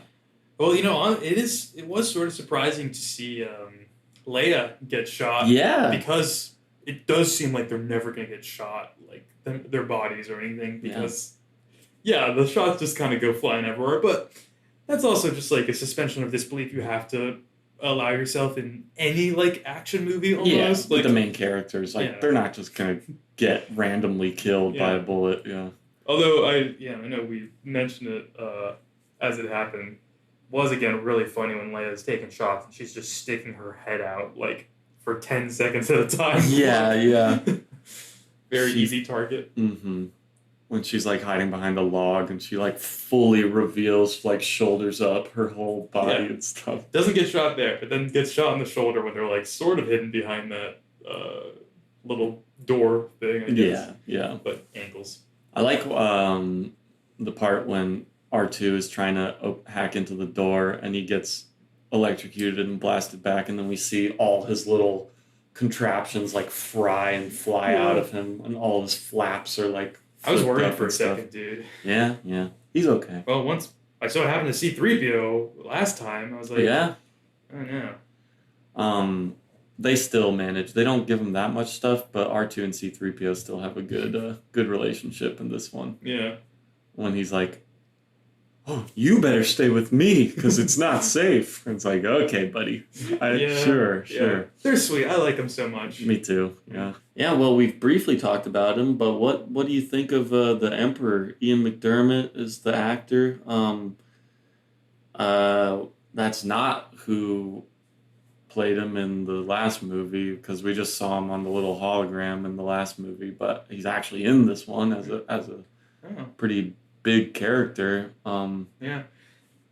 I like him a lot. I hope that we can it doesn't necessarily need to be something we need to see maybe, but at least like pick up a little dialogue here and there. I want to know more about like him and Vader and that relationship, because there was an interesting like way the dialogue evolved over the movie, which like when we first see it, Vader is referred to as like friend very often from Emperor Palpatine, which is pretty interesting. And I'm like, oh, okay, like there's some respect here. He's not like rude or anything with Vader at all. He like does seem to treat him with like respect. Yeah. But then towards the end, it's when all that fight's going on and whatnot, he refers to Vader basically as his property. It's like, Yeah. Vader's mine and you will be too. Like, Yeah, and he's like, willing to just have him die. Yeah. Doesn't give a shit. So I was like, ooh, there's a lot here. It's almost like an abusive relationship Mm-hmm. going on. Pretty cool. Yeah. Yeah. Well. No. Yeah.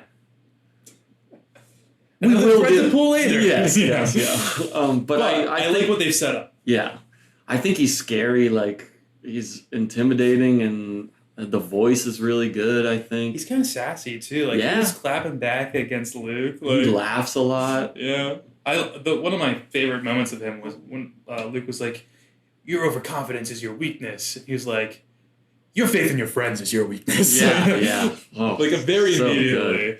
Mhm. And Luke was just like, "Oh." And I also love when he's like being all like, oh, like when he's like, oh, you thought that your friends, well, when they get here, oh no, they're gonna find that the shield generator is very operational. Yeah. It's like, yeah, pretty funny guy. I like his personality. Yeah, he's like, I thought he'd just be like, like, I'm an evil villain, like, Yeah. more boring. But he's quirky. I know. I mean, that's what makes him a cool character. He's like an asshole. Question about his death. Yeah. So when he goes flying down, Vader, like once Vader releases him into that pit, or what is that? What is it? He actually throw him in, just like Yeah, some shaft or something. Okay, I wasn't sure about like a technical thing that it was in the movie or whatnot. Probably somebody knows. I mean, I'm sure, like I was telling you about the role-playing game reference books, I'm sure they have like a full technical readout of the Death Star, and then someone could be like, the schematics show that in the throne room, this is the main exhaust port of blah, blah, blah, whatever. So Someone probably does know that stuff too, actually. That's crazy. Yeah. But, so, when we saw Obi-Wan disintegrate, he became like energy or whatever, I got the sense that, like, because they kept typing up Emperor Palpatine's power levels, Mhm. I get the sense he's more powerful than any of the Jedis we've seen so far, or like really anyone we've seen so far. Yeah, I think so. And so when he dies, like, there's that energy burst that like shoots upwards. And I wanted to ask, I was like, oh, is that like force energy being released, or is there like another thing that was? Is it just like the electricity shots, or? Yeah, I don't really know. It was cool though. I was like, oh, he's so powerful that when he dissipates, like, it sends a ripple that like is tangibly, like, you can feel it and see it. Yeah, that's what I think. It could just be like some kind of like plasma energy from the reactor that he fell into, but that's what I think, is that it's like a big release of force energy. But like, also, like, this will be explored further, and I don't really know the right or wrong answer, but in my head, it's like, well, you've gone so far to the dark side that you've like really twisted what the force is in your own mind and the way you use it. I mean, you use it to like make electricity and kill people and stuff. That like when you die, you're not gonna like get a nice force ghost of yourself. Like, you don't get reabsorbed into the energy of the world in the same way or something. Yeah. It's almost like rejected by the force when you die, and that's why he like blasted out like that. Like, I'm not sure if that's actually what it is. I like that a lot. I think that's a cool justification, like the rejection aspect. That's what it feels like to me. It's like he's so like perverted the force for his own use that it's like, no, we don't accept you back into the collective. Yeah. Although I guess Vader does get accepted back into the collective. Yeah. Even though he doesn't disappear. And even though he's got some force kills under his belt too. But absolutely. But he died in a healthy mindset. Learning the error of his ways, I suppose, or and he saved Luke. He redeemed himself there. Opening his heart up again, maybe. Really, it was really nice, honestly. Yeah. I know we had a conversation about this yesterday, because I was like, I love when like the heroes of the story are like, will try and rehabilitate the villain. Yeah, I know. To, like, bring them over to the. I was just really trying to not say anything while you were talking about that. And also, you talked about yesterday, like, we were just having a conversation about stuff yesterday, and you were like, oh, like, would Luke have killed Vader if he could have? If he, like, had him on the ground and, like, had beaten him in the fight, would he go through with, like, the final blow of it and stuff? That's his dad. It's tough. And we literally have that exact thing happen. Which, like, holy shit, their lightsaber fight is so good in this. I think I didn't know it, and I don't know where I have, but I think I've seen even that iconic one sequence of it where like they're going up, it's under the staircase basically. Yeah. It's just them. The camera just moves like right to left as they're going through. Yeah, the such music. A cool shot. Yeah. Oh my god. It's amazing. Like something about it, like it just gets more exciting the longer it goes on. Like you're just like, oh my god, like what am I looking at? Like holy shit, the moves, like the sword fighting choreography is so strong during that part too. Dude, I also love when Luke kicks Vader off those stairs. Yeah, and like he like backflips down the stairs. Yeah, but it almost seems like he's like catching himself with the Force. Yes, yeah. And it seems urgent too. Like Vader was not expecting that at all. A very cool moment. Yeah, and he's like, "Oh shit, Obi-Wan taught you well," because Vader doesn't know about Yoda. Yeah. Yeah. That's true. Weird. In my head, like before, Vader represents the bad guys and Yoda represented the good guys. So like to me, a clash of those two would have been like the ultimate finale of Star Wars. If I had to guess. Yeah. Yeah, I mean, I could see that though, but I do think that Yoda does represent like the good side of the Force. Oh yeah, I don't think that's wrong. And that Vader the bad, obviously. I just see what you mean. Thought about it in more like he'd have a more prominent role in the movie way, like more protagonist, like hero, you know? Yeah. I think he's kind of like the foil to Palpatine in the way that they're used, you know, because they're both like not in it for too long, but they have a big influence over Luke and everything, and I can see that. They both kind of want to use Luke also for their own gain. For sure. The Jedi sometimes sound a little like utilitarian to a bad degree. Yes, they really do sometimes, and that I think is a pretty interesting thing about them, especially like Obi-Wan and Yoda. Obi-Wan, you know, seems great, but then we realize that he like lied a lot to Luke and he omitted important information just because he said like, well, you weren't ready to you know, carry that burden or whatever. But it's like, is that really up to you though? Like, yeah, it's especially like there's that moment when it's almost like, have you ever caught like a kid do something bad and they just like try to lie their way out of it with like technicalities? It's sort of like what he did to Luke when he's like, Vader did kill your father.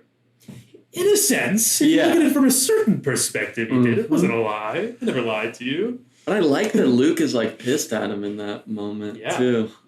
That's pretty cool. But also, Luke's kind of a sweetie too, because he initially approaches Ben like softly about it too. He's like, you didn't tell me? Like why did you lie to me? Yes, He's just hurt. Yeah, it's nice. Yeah, and I think I love the way that Vader's redemption is built throughout the movie, because we, you know, at the beginning of the movie, we see him in his classic mode of just like bossing people around and threatening them and wanting to help the Empire and all that.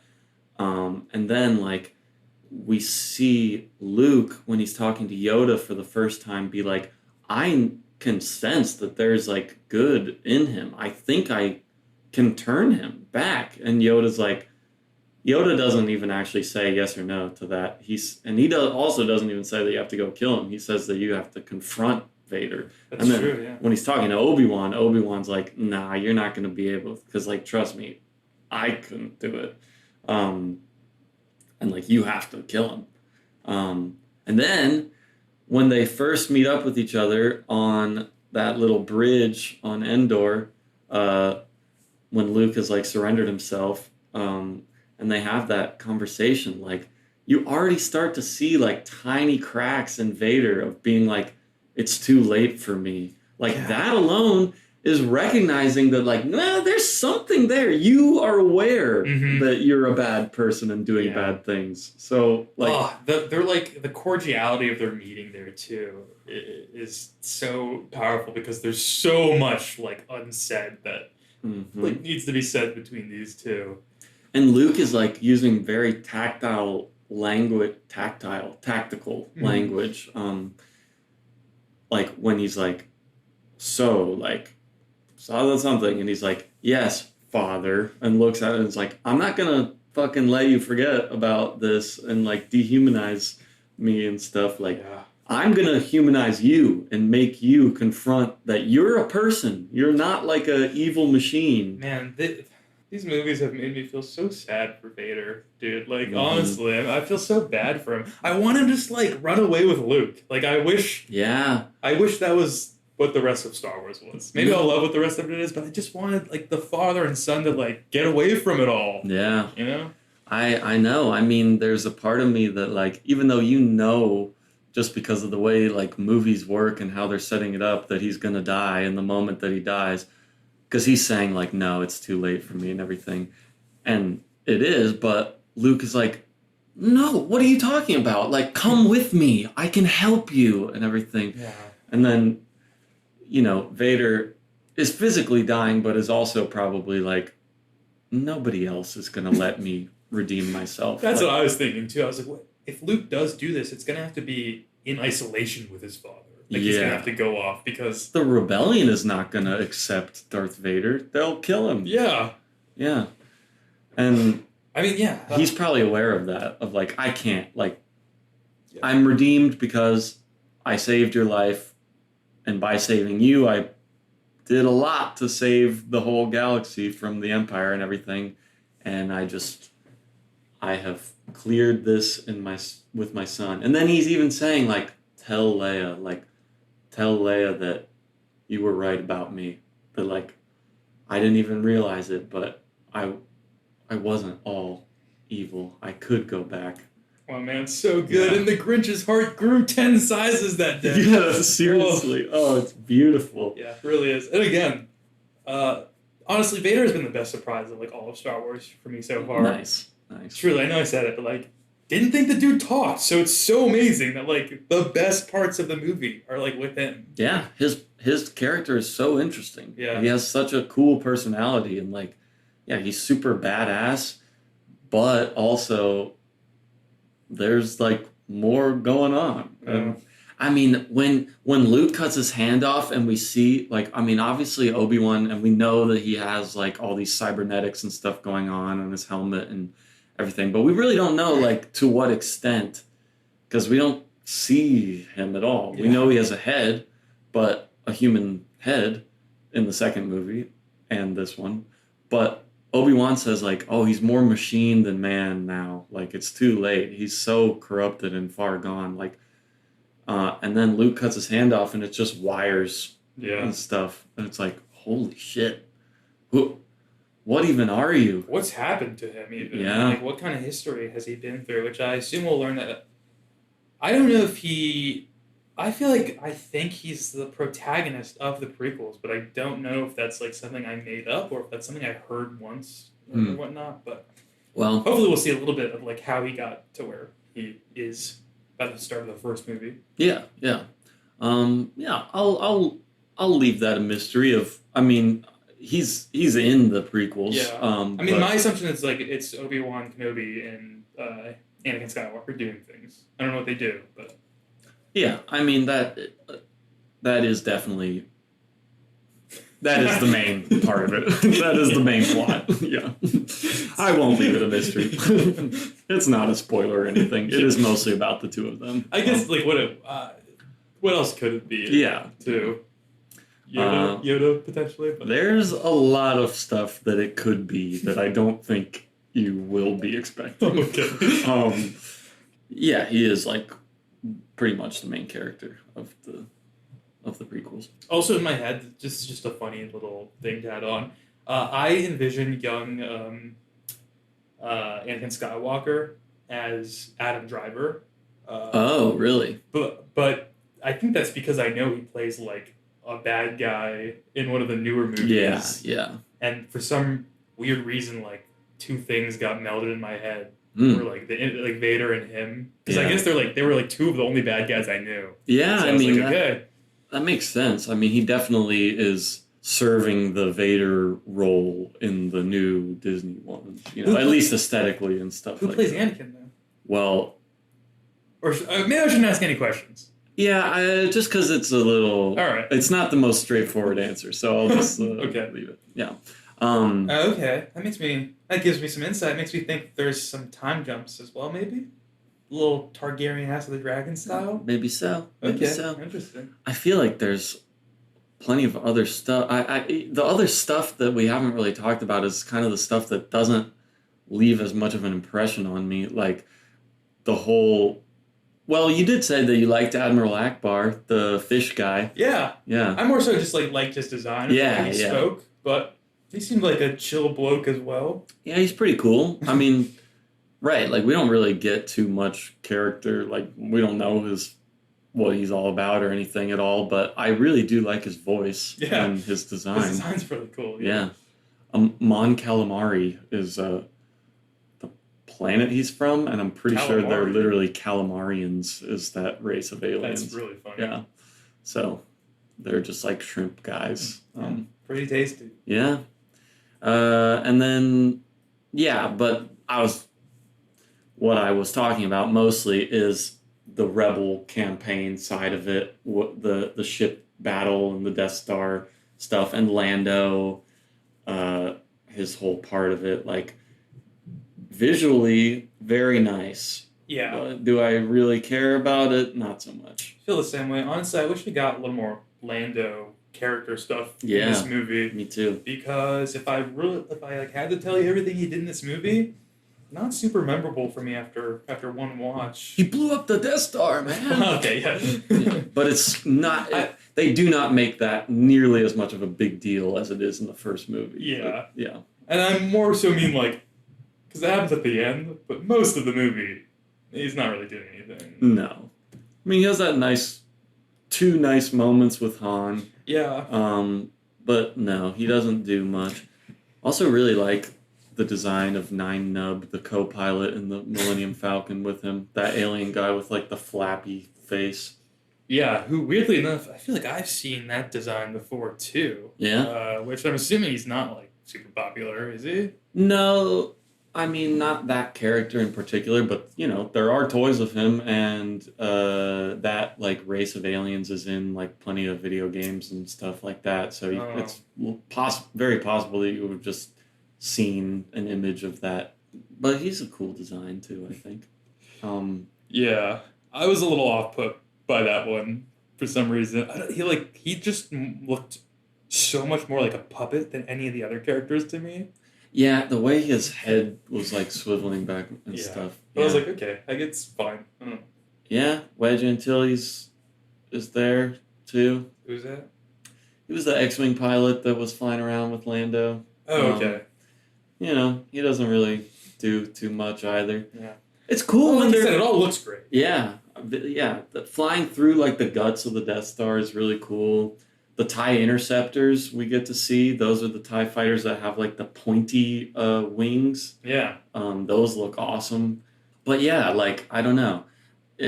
I like it when they're they cut back to Luke in the throne room and they're seeing the battle from afar, and he's like, look how my Imperial might is just destroying it. But I just don't really care about emotionally investment wise that side of it. Yeah.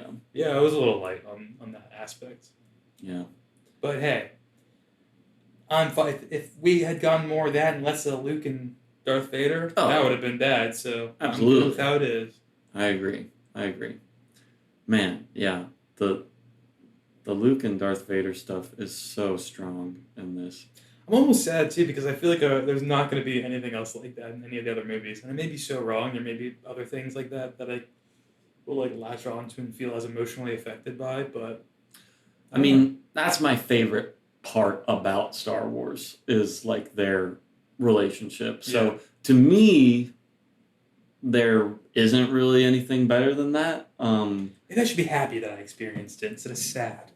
But I also don't think that that means that the other stuff doesn't have its own very good qualities and things that are really interesting to latch on to as well. So Yeah. But yeah, I do know what you mean though, because it's like, man, that stuff in the second and third movie is so good. And Vader, the way that they direct like Vader's redemption is so cool too. I mean, it's a little silly. He's just kind of like looking back and forth, and then he makes the call. But I think it totally works. I would go so far as to say, at least like for me personally, I didn't even find it silly. I was so captivated by that, and I was almost amazed too because that moment, I feel like I can see Vader's face. Yes. What is going on? Yeah. His thoughts. But we're just looking at the cold mask. It's the same as it's always been, but the context is so different that it's like makes you look at that helmet in a different way. So yeah, I really like that moment. I thought that's a really cool moment. I do too. I feel like I could see somebody thinking it's silly of him like looking at Luke, then looking back at Palpatine, like, what am I gonna do? I'm sure if like the editing was different, that would have come across like it could come across pretty goofy, but I love how when he picks him up too, and then the lightning is going through his suit, and we can see like the skeleton come through and everything. Yeah, like, that's crazy. Yeah. Oh man.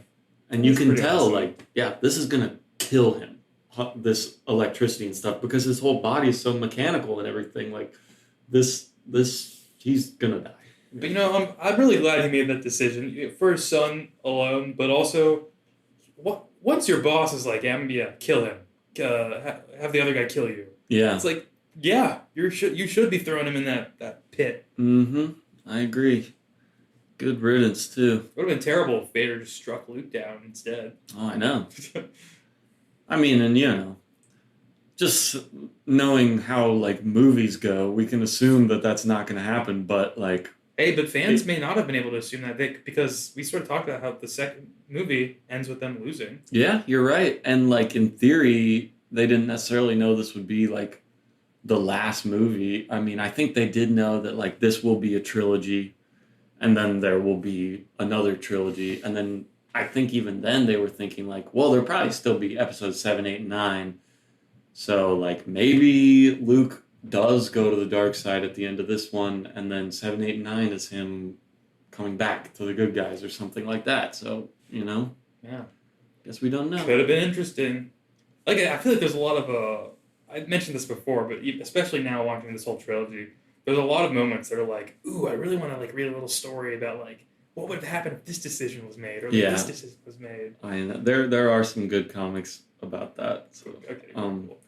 But yeah, I agree with you. That like little moments going differently could change the whole course of the whole story and everything. Yeah. I do also love that the final shot of the movie when they're celebrating on Endor and it's just like all of them hugging each other and stuff. But it's just like, you know, it's obviously supposed to be just like a classic type of like, look at all the characters final shot, but it looks really nice and even natural. Just like Luke, Han, Leia, Lando, R2, C-3PO, and Chewbacca all like happy standing together. Yeah, then the visage of Yoda, Obi-Wan, and Anakin. Yeah, really nice. I like that they're there. Kind of old school and new school of the Force users. Mm-hmm. Well, I guess not everyone is a Force user, but pretty much. I mean, of the people who are trying to maintain like peace and good stuff in the galaxy. Yeah. Yeah. It's sweet. I think, yeah, really nice, especially for Luke and Vader.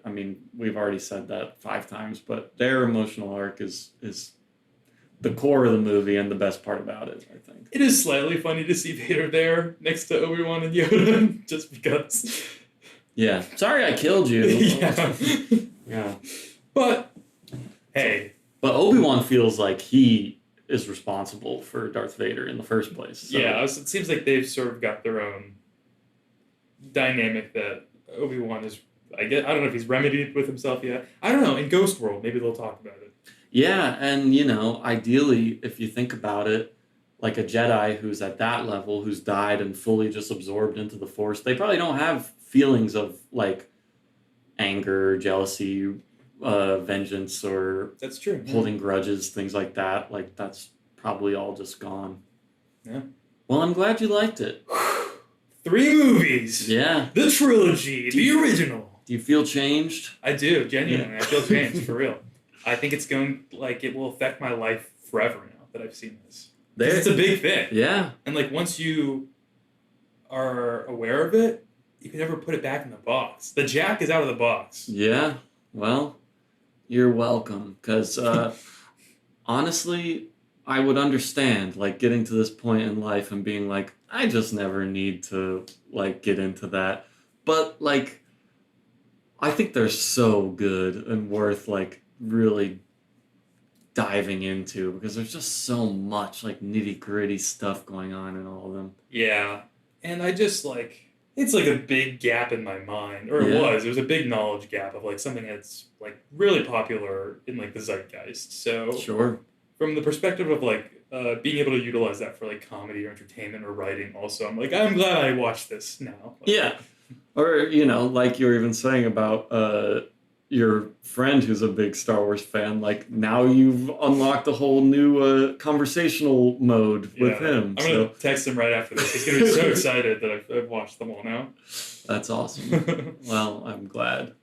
I'm glad that you liked them, because. After the first one, I know you didn't hate it or anything, and I was still thinking okay, I bet he will probably still like the second one, but maybe not. And if we watched all of these and you were like, yeah, I just don't care, then that would be a valid, perfectly fine opinion to have, but I would be a little sad.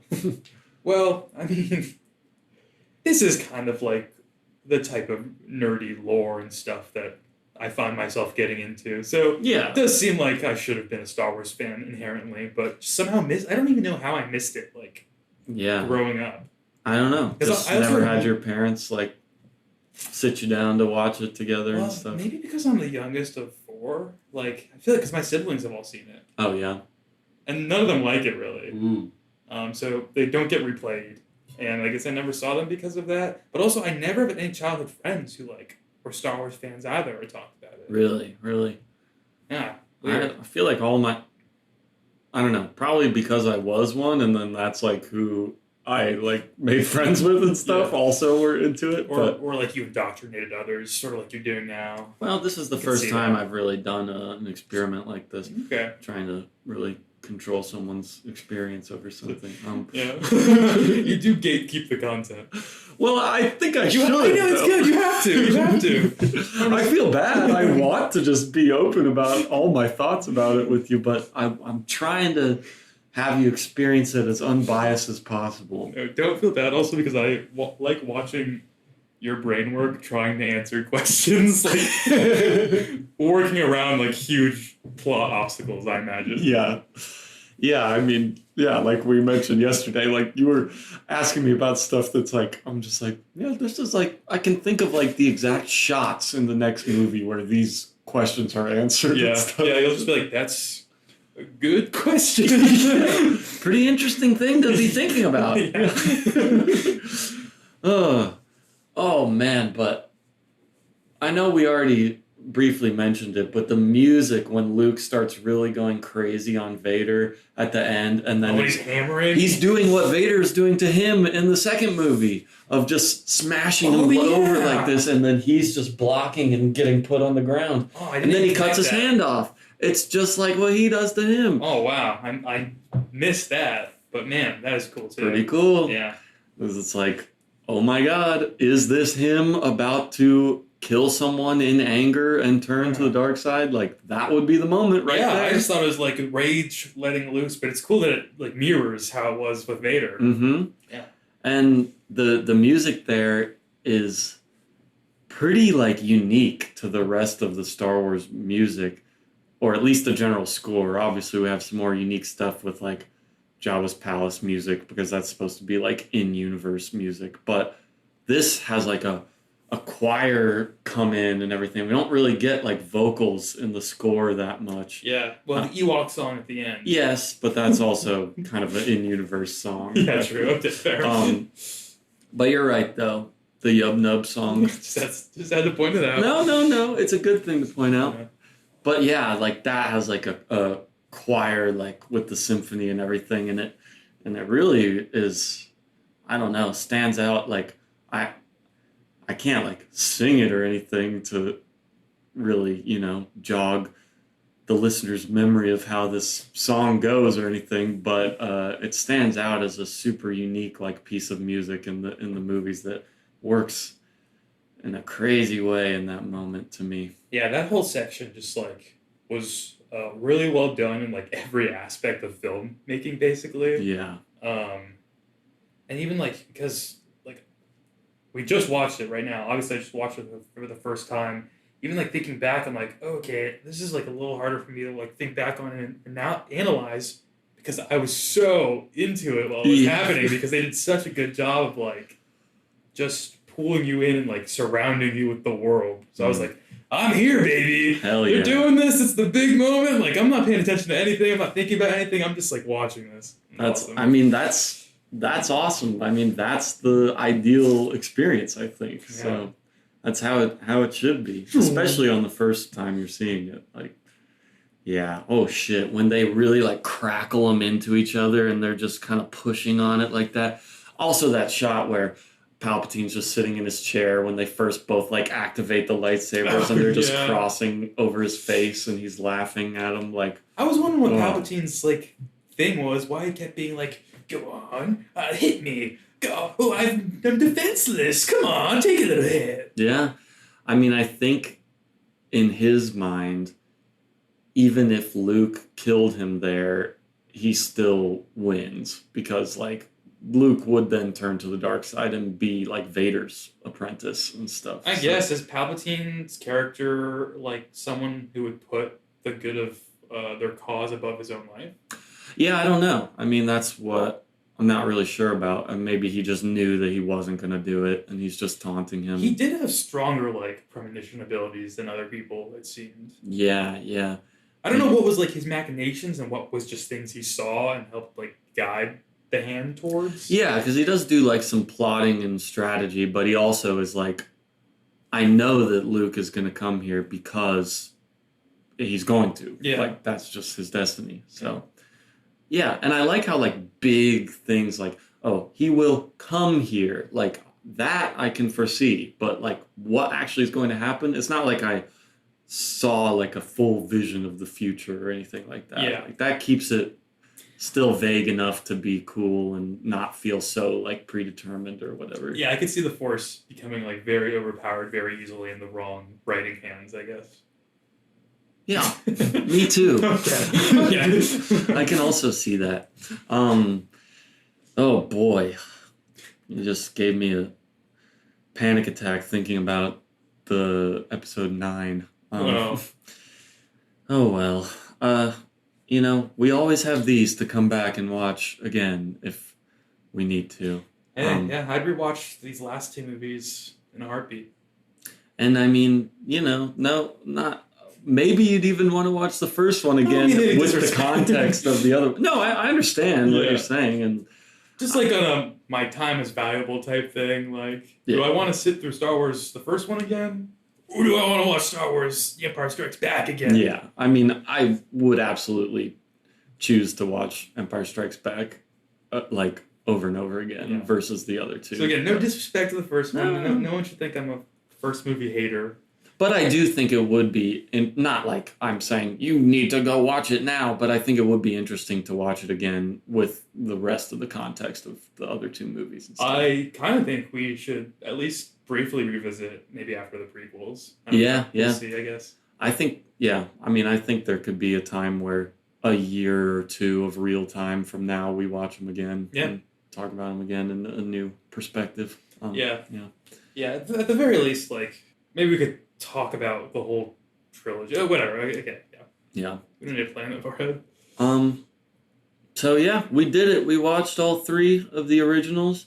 But you thought, oh, that's probably the end of the podcast, right? They don't have more. Well, then you'd be wrong, my friends, because there's way more. Everybody knows there's more Star Wars, but there's a lot more Star Wars, and we'll just keep on going. In the next episode, we will be talking about a few things. We've got some video games. We've got for the Atari 2600, Star Wars Jedi Arena, Star Wars Return of the Jedi Death Star Battle, and just Star Wars Return of the Jedi. Jedi Arena sounds cool. I know it's not going to be. But it's not cool, but it does sound cool. Yeah. We can actually play that one together if you want. It's a two-player game. Hell yeah! So there's that. There's another documentary that we could watch, Classic Creatures: Return of the Jedi, and then there's a little art book, the sketchbook stuff that we were looking at before, and we'll also just be talking about other behind-the-scenes things and comic adaptation for this one. Oh, we could read that too. Yeah, there is one. If you want to, I don't know. I thought about that, and I was kind of just like, man, the last one was so just whatever that I didn't really feel too inclined. But like maybe it's really good. I've never read it. So. Yeah, maybe like one of us can skim it or something. See if it's maybe if you want to like see if it's worth. Yeah, reading I'll at least flip through it for sure. Because you're right. It felt like there was much more to talk about differences in the first comic and the first movie, but when it came to the second one, it's just like the second comic is just. Like, it's missing things, really. Yeah. And the movie's better. It's just the same thing, but worse. Yeah. Yeah. Mm-hmm. Whereas, the first one had a little bit of more variation and stuff. But it might be interesting to see, like, some of the splash page art, at least, for sure. Some of those scenes in this one. They probably got some nice art of them, like, on the speeders going through the trees and stuff. Ooh, I wonder if we get, like, a full spread of Jabba the Hutt, too. Double-page spread Jabba, can you imagine? Yeah, because he's, like, horizontal, so you'd have to... That'd be cool. Probably not, but it'd be cool. Yeah, they don't do a lot of double-page spreads in the 80s. No. But sometimes. Yeah, that's what I was thinking. I was like, I do feel like I've almost never seen them. And it's usually, like, it almost feels like big battle scenes when you get them. Versus, like, a picture, but yeah. Well, I guess. Oh, did you like the design of the Imperial shuttle, the white ship that has the wings up like that and they fold down?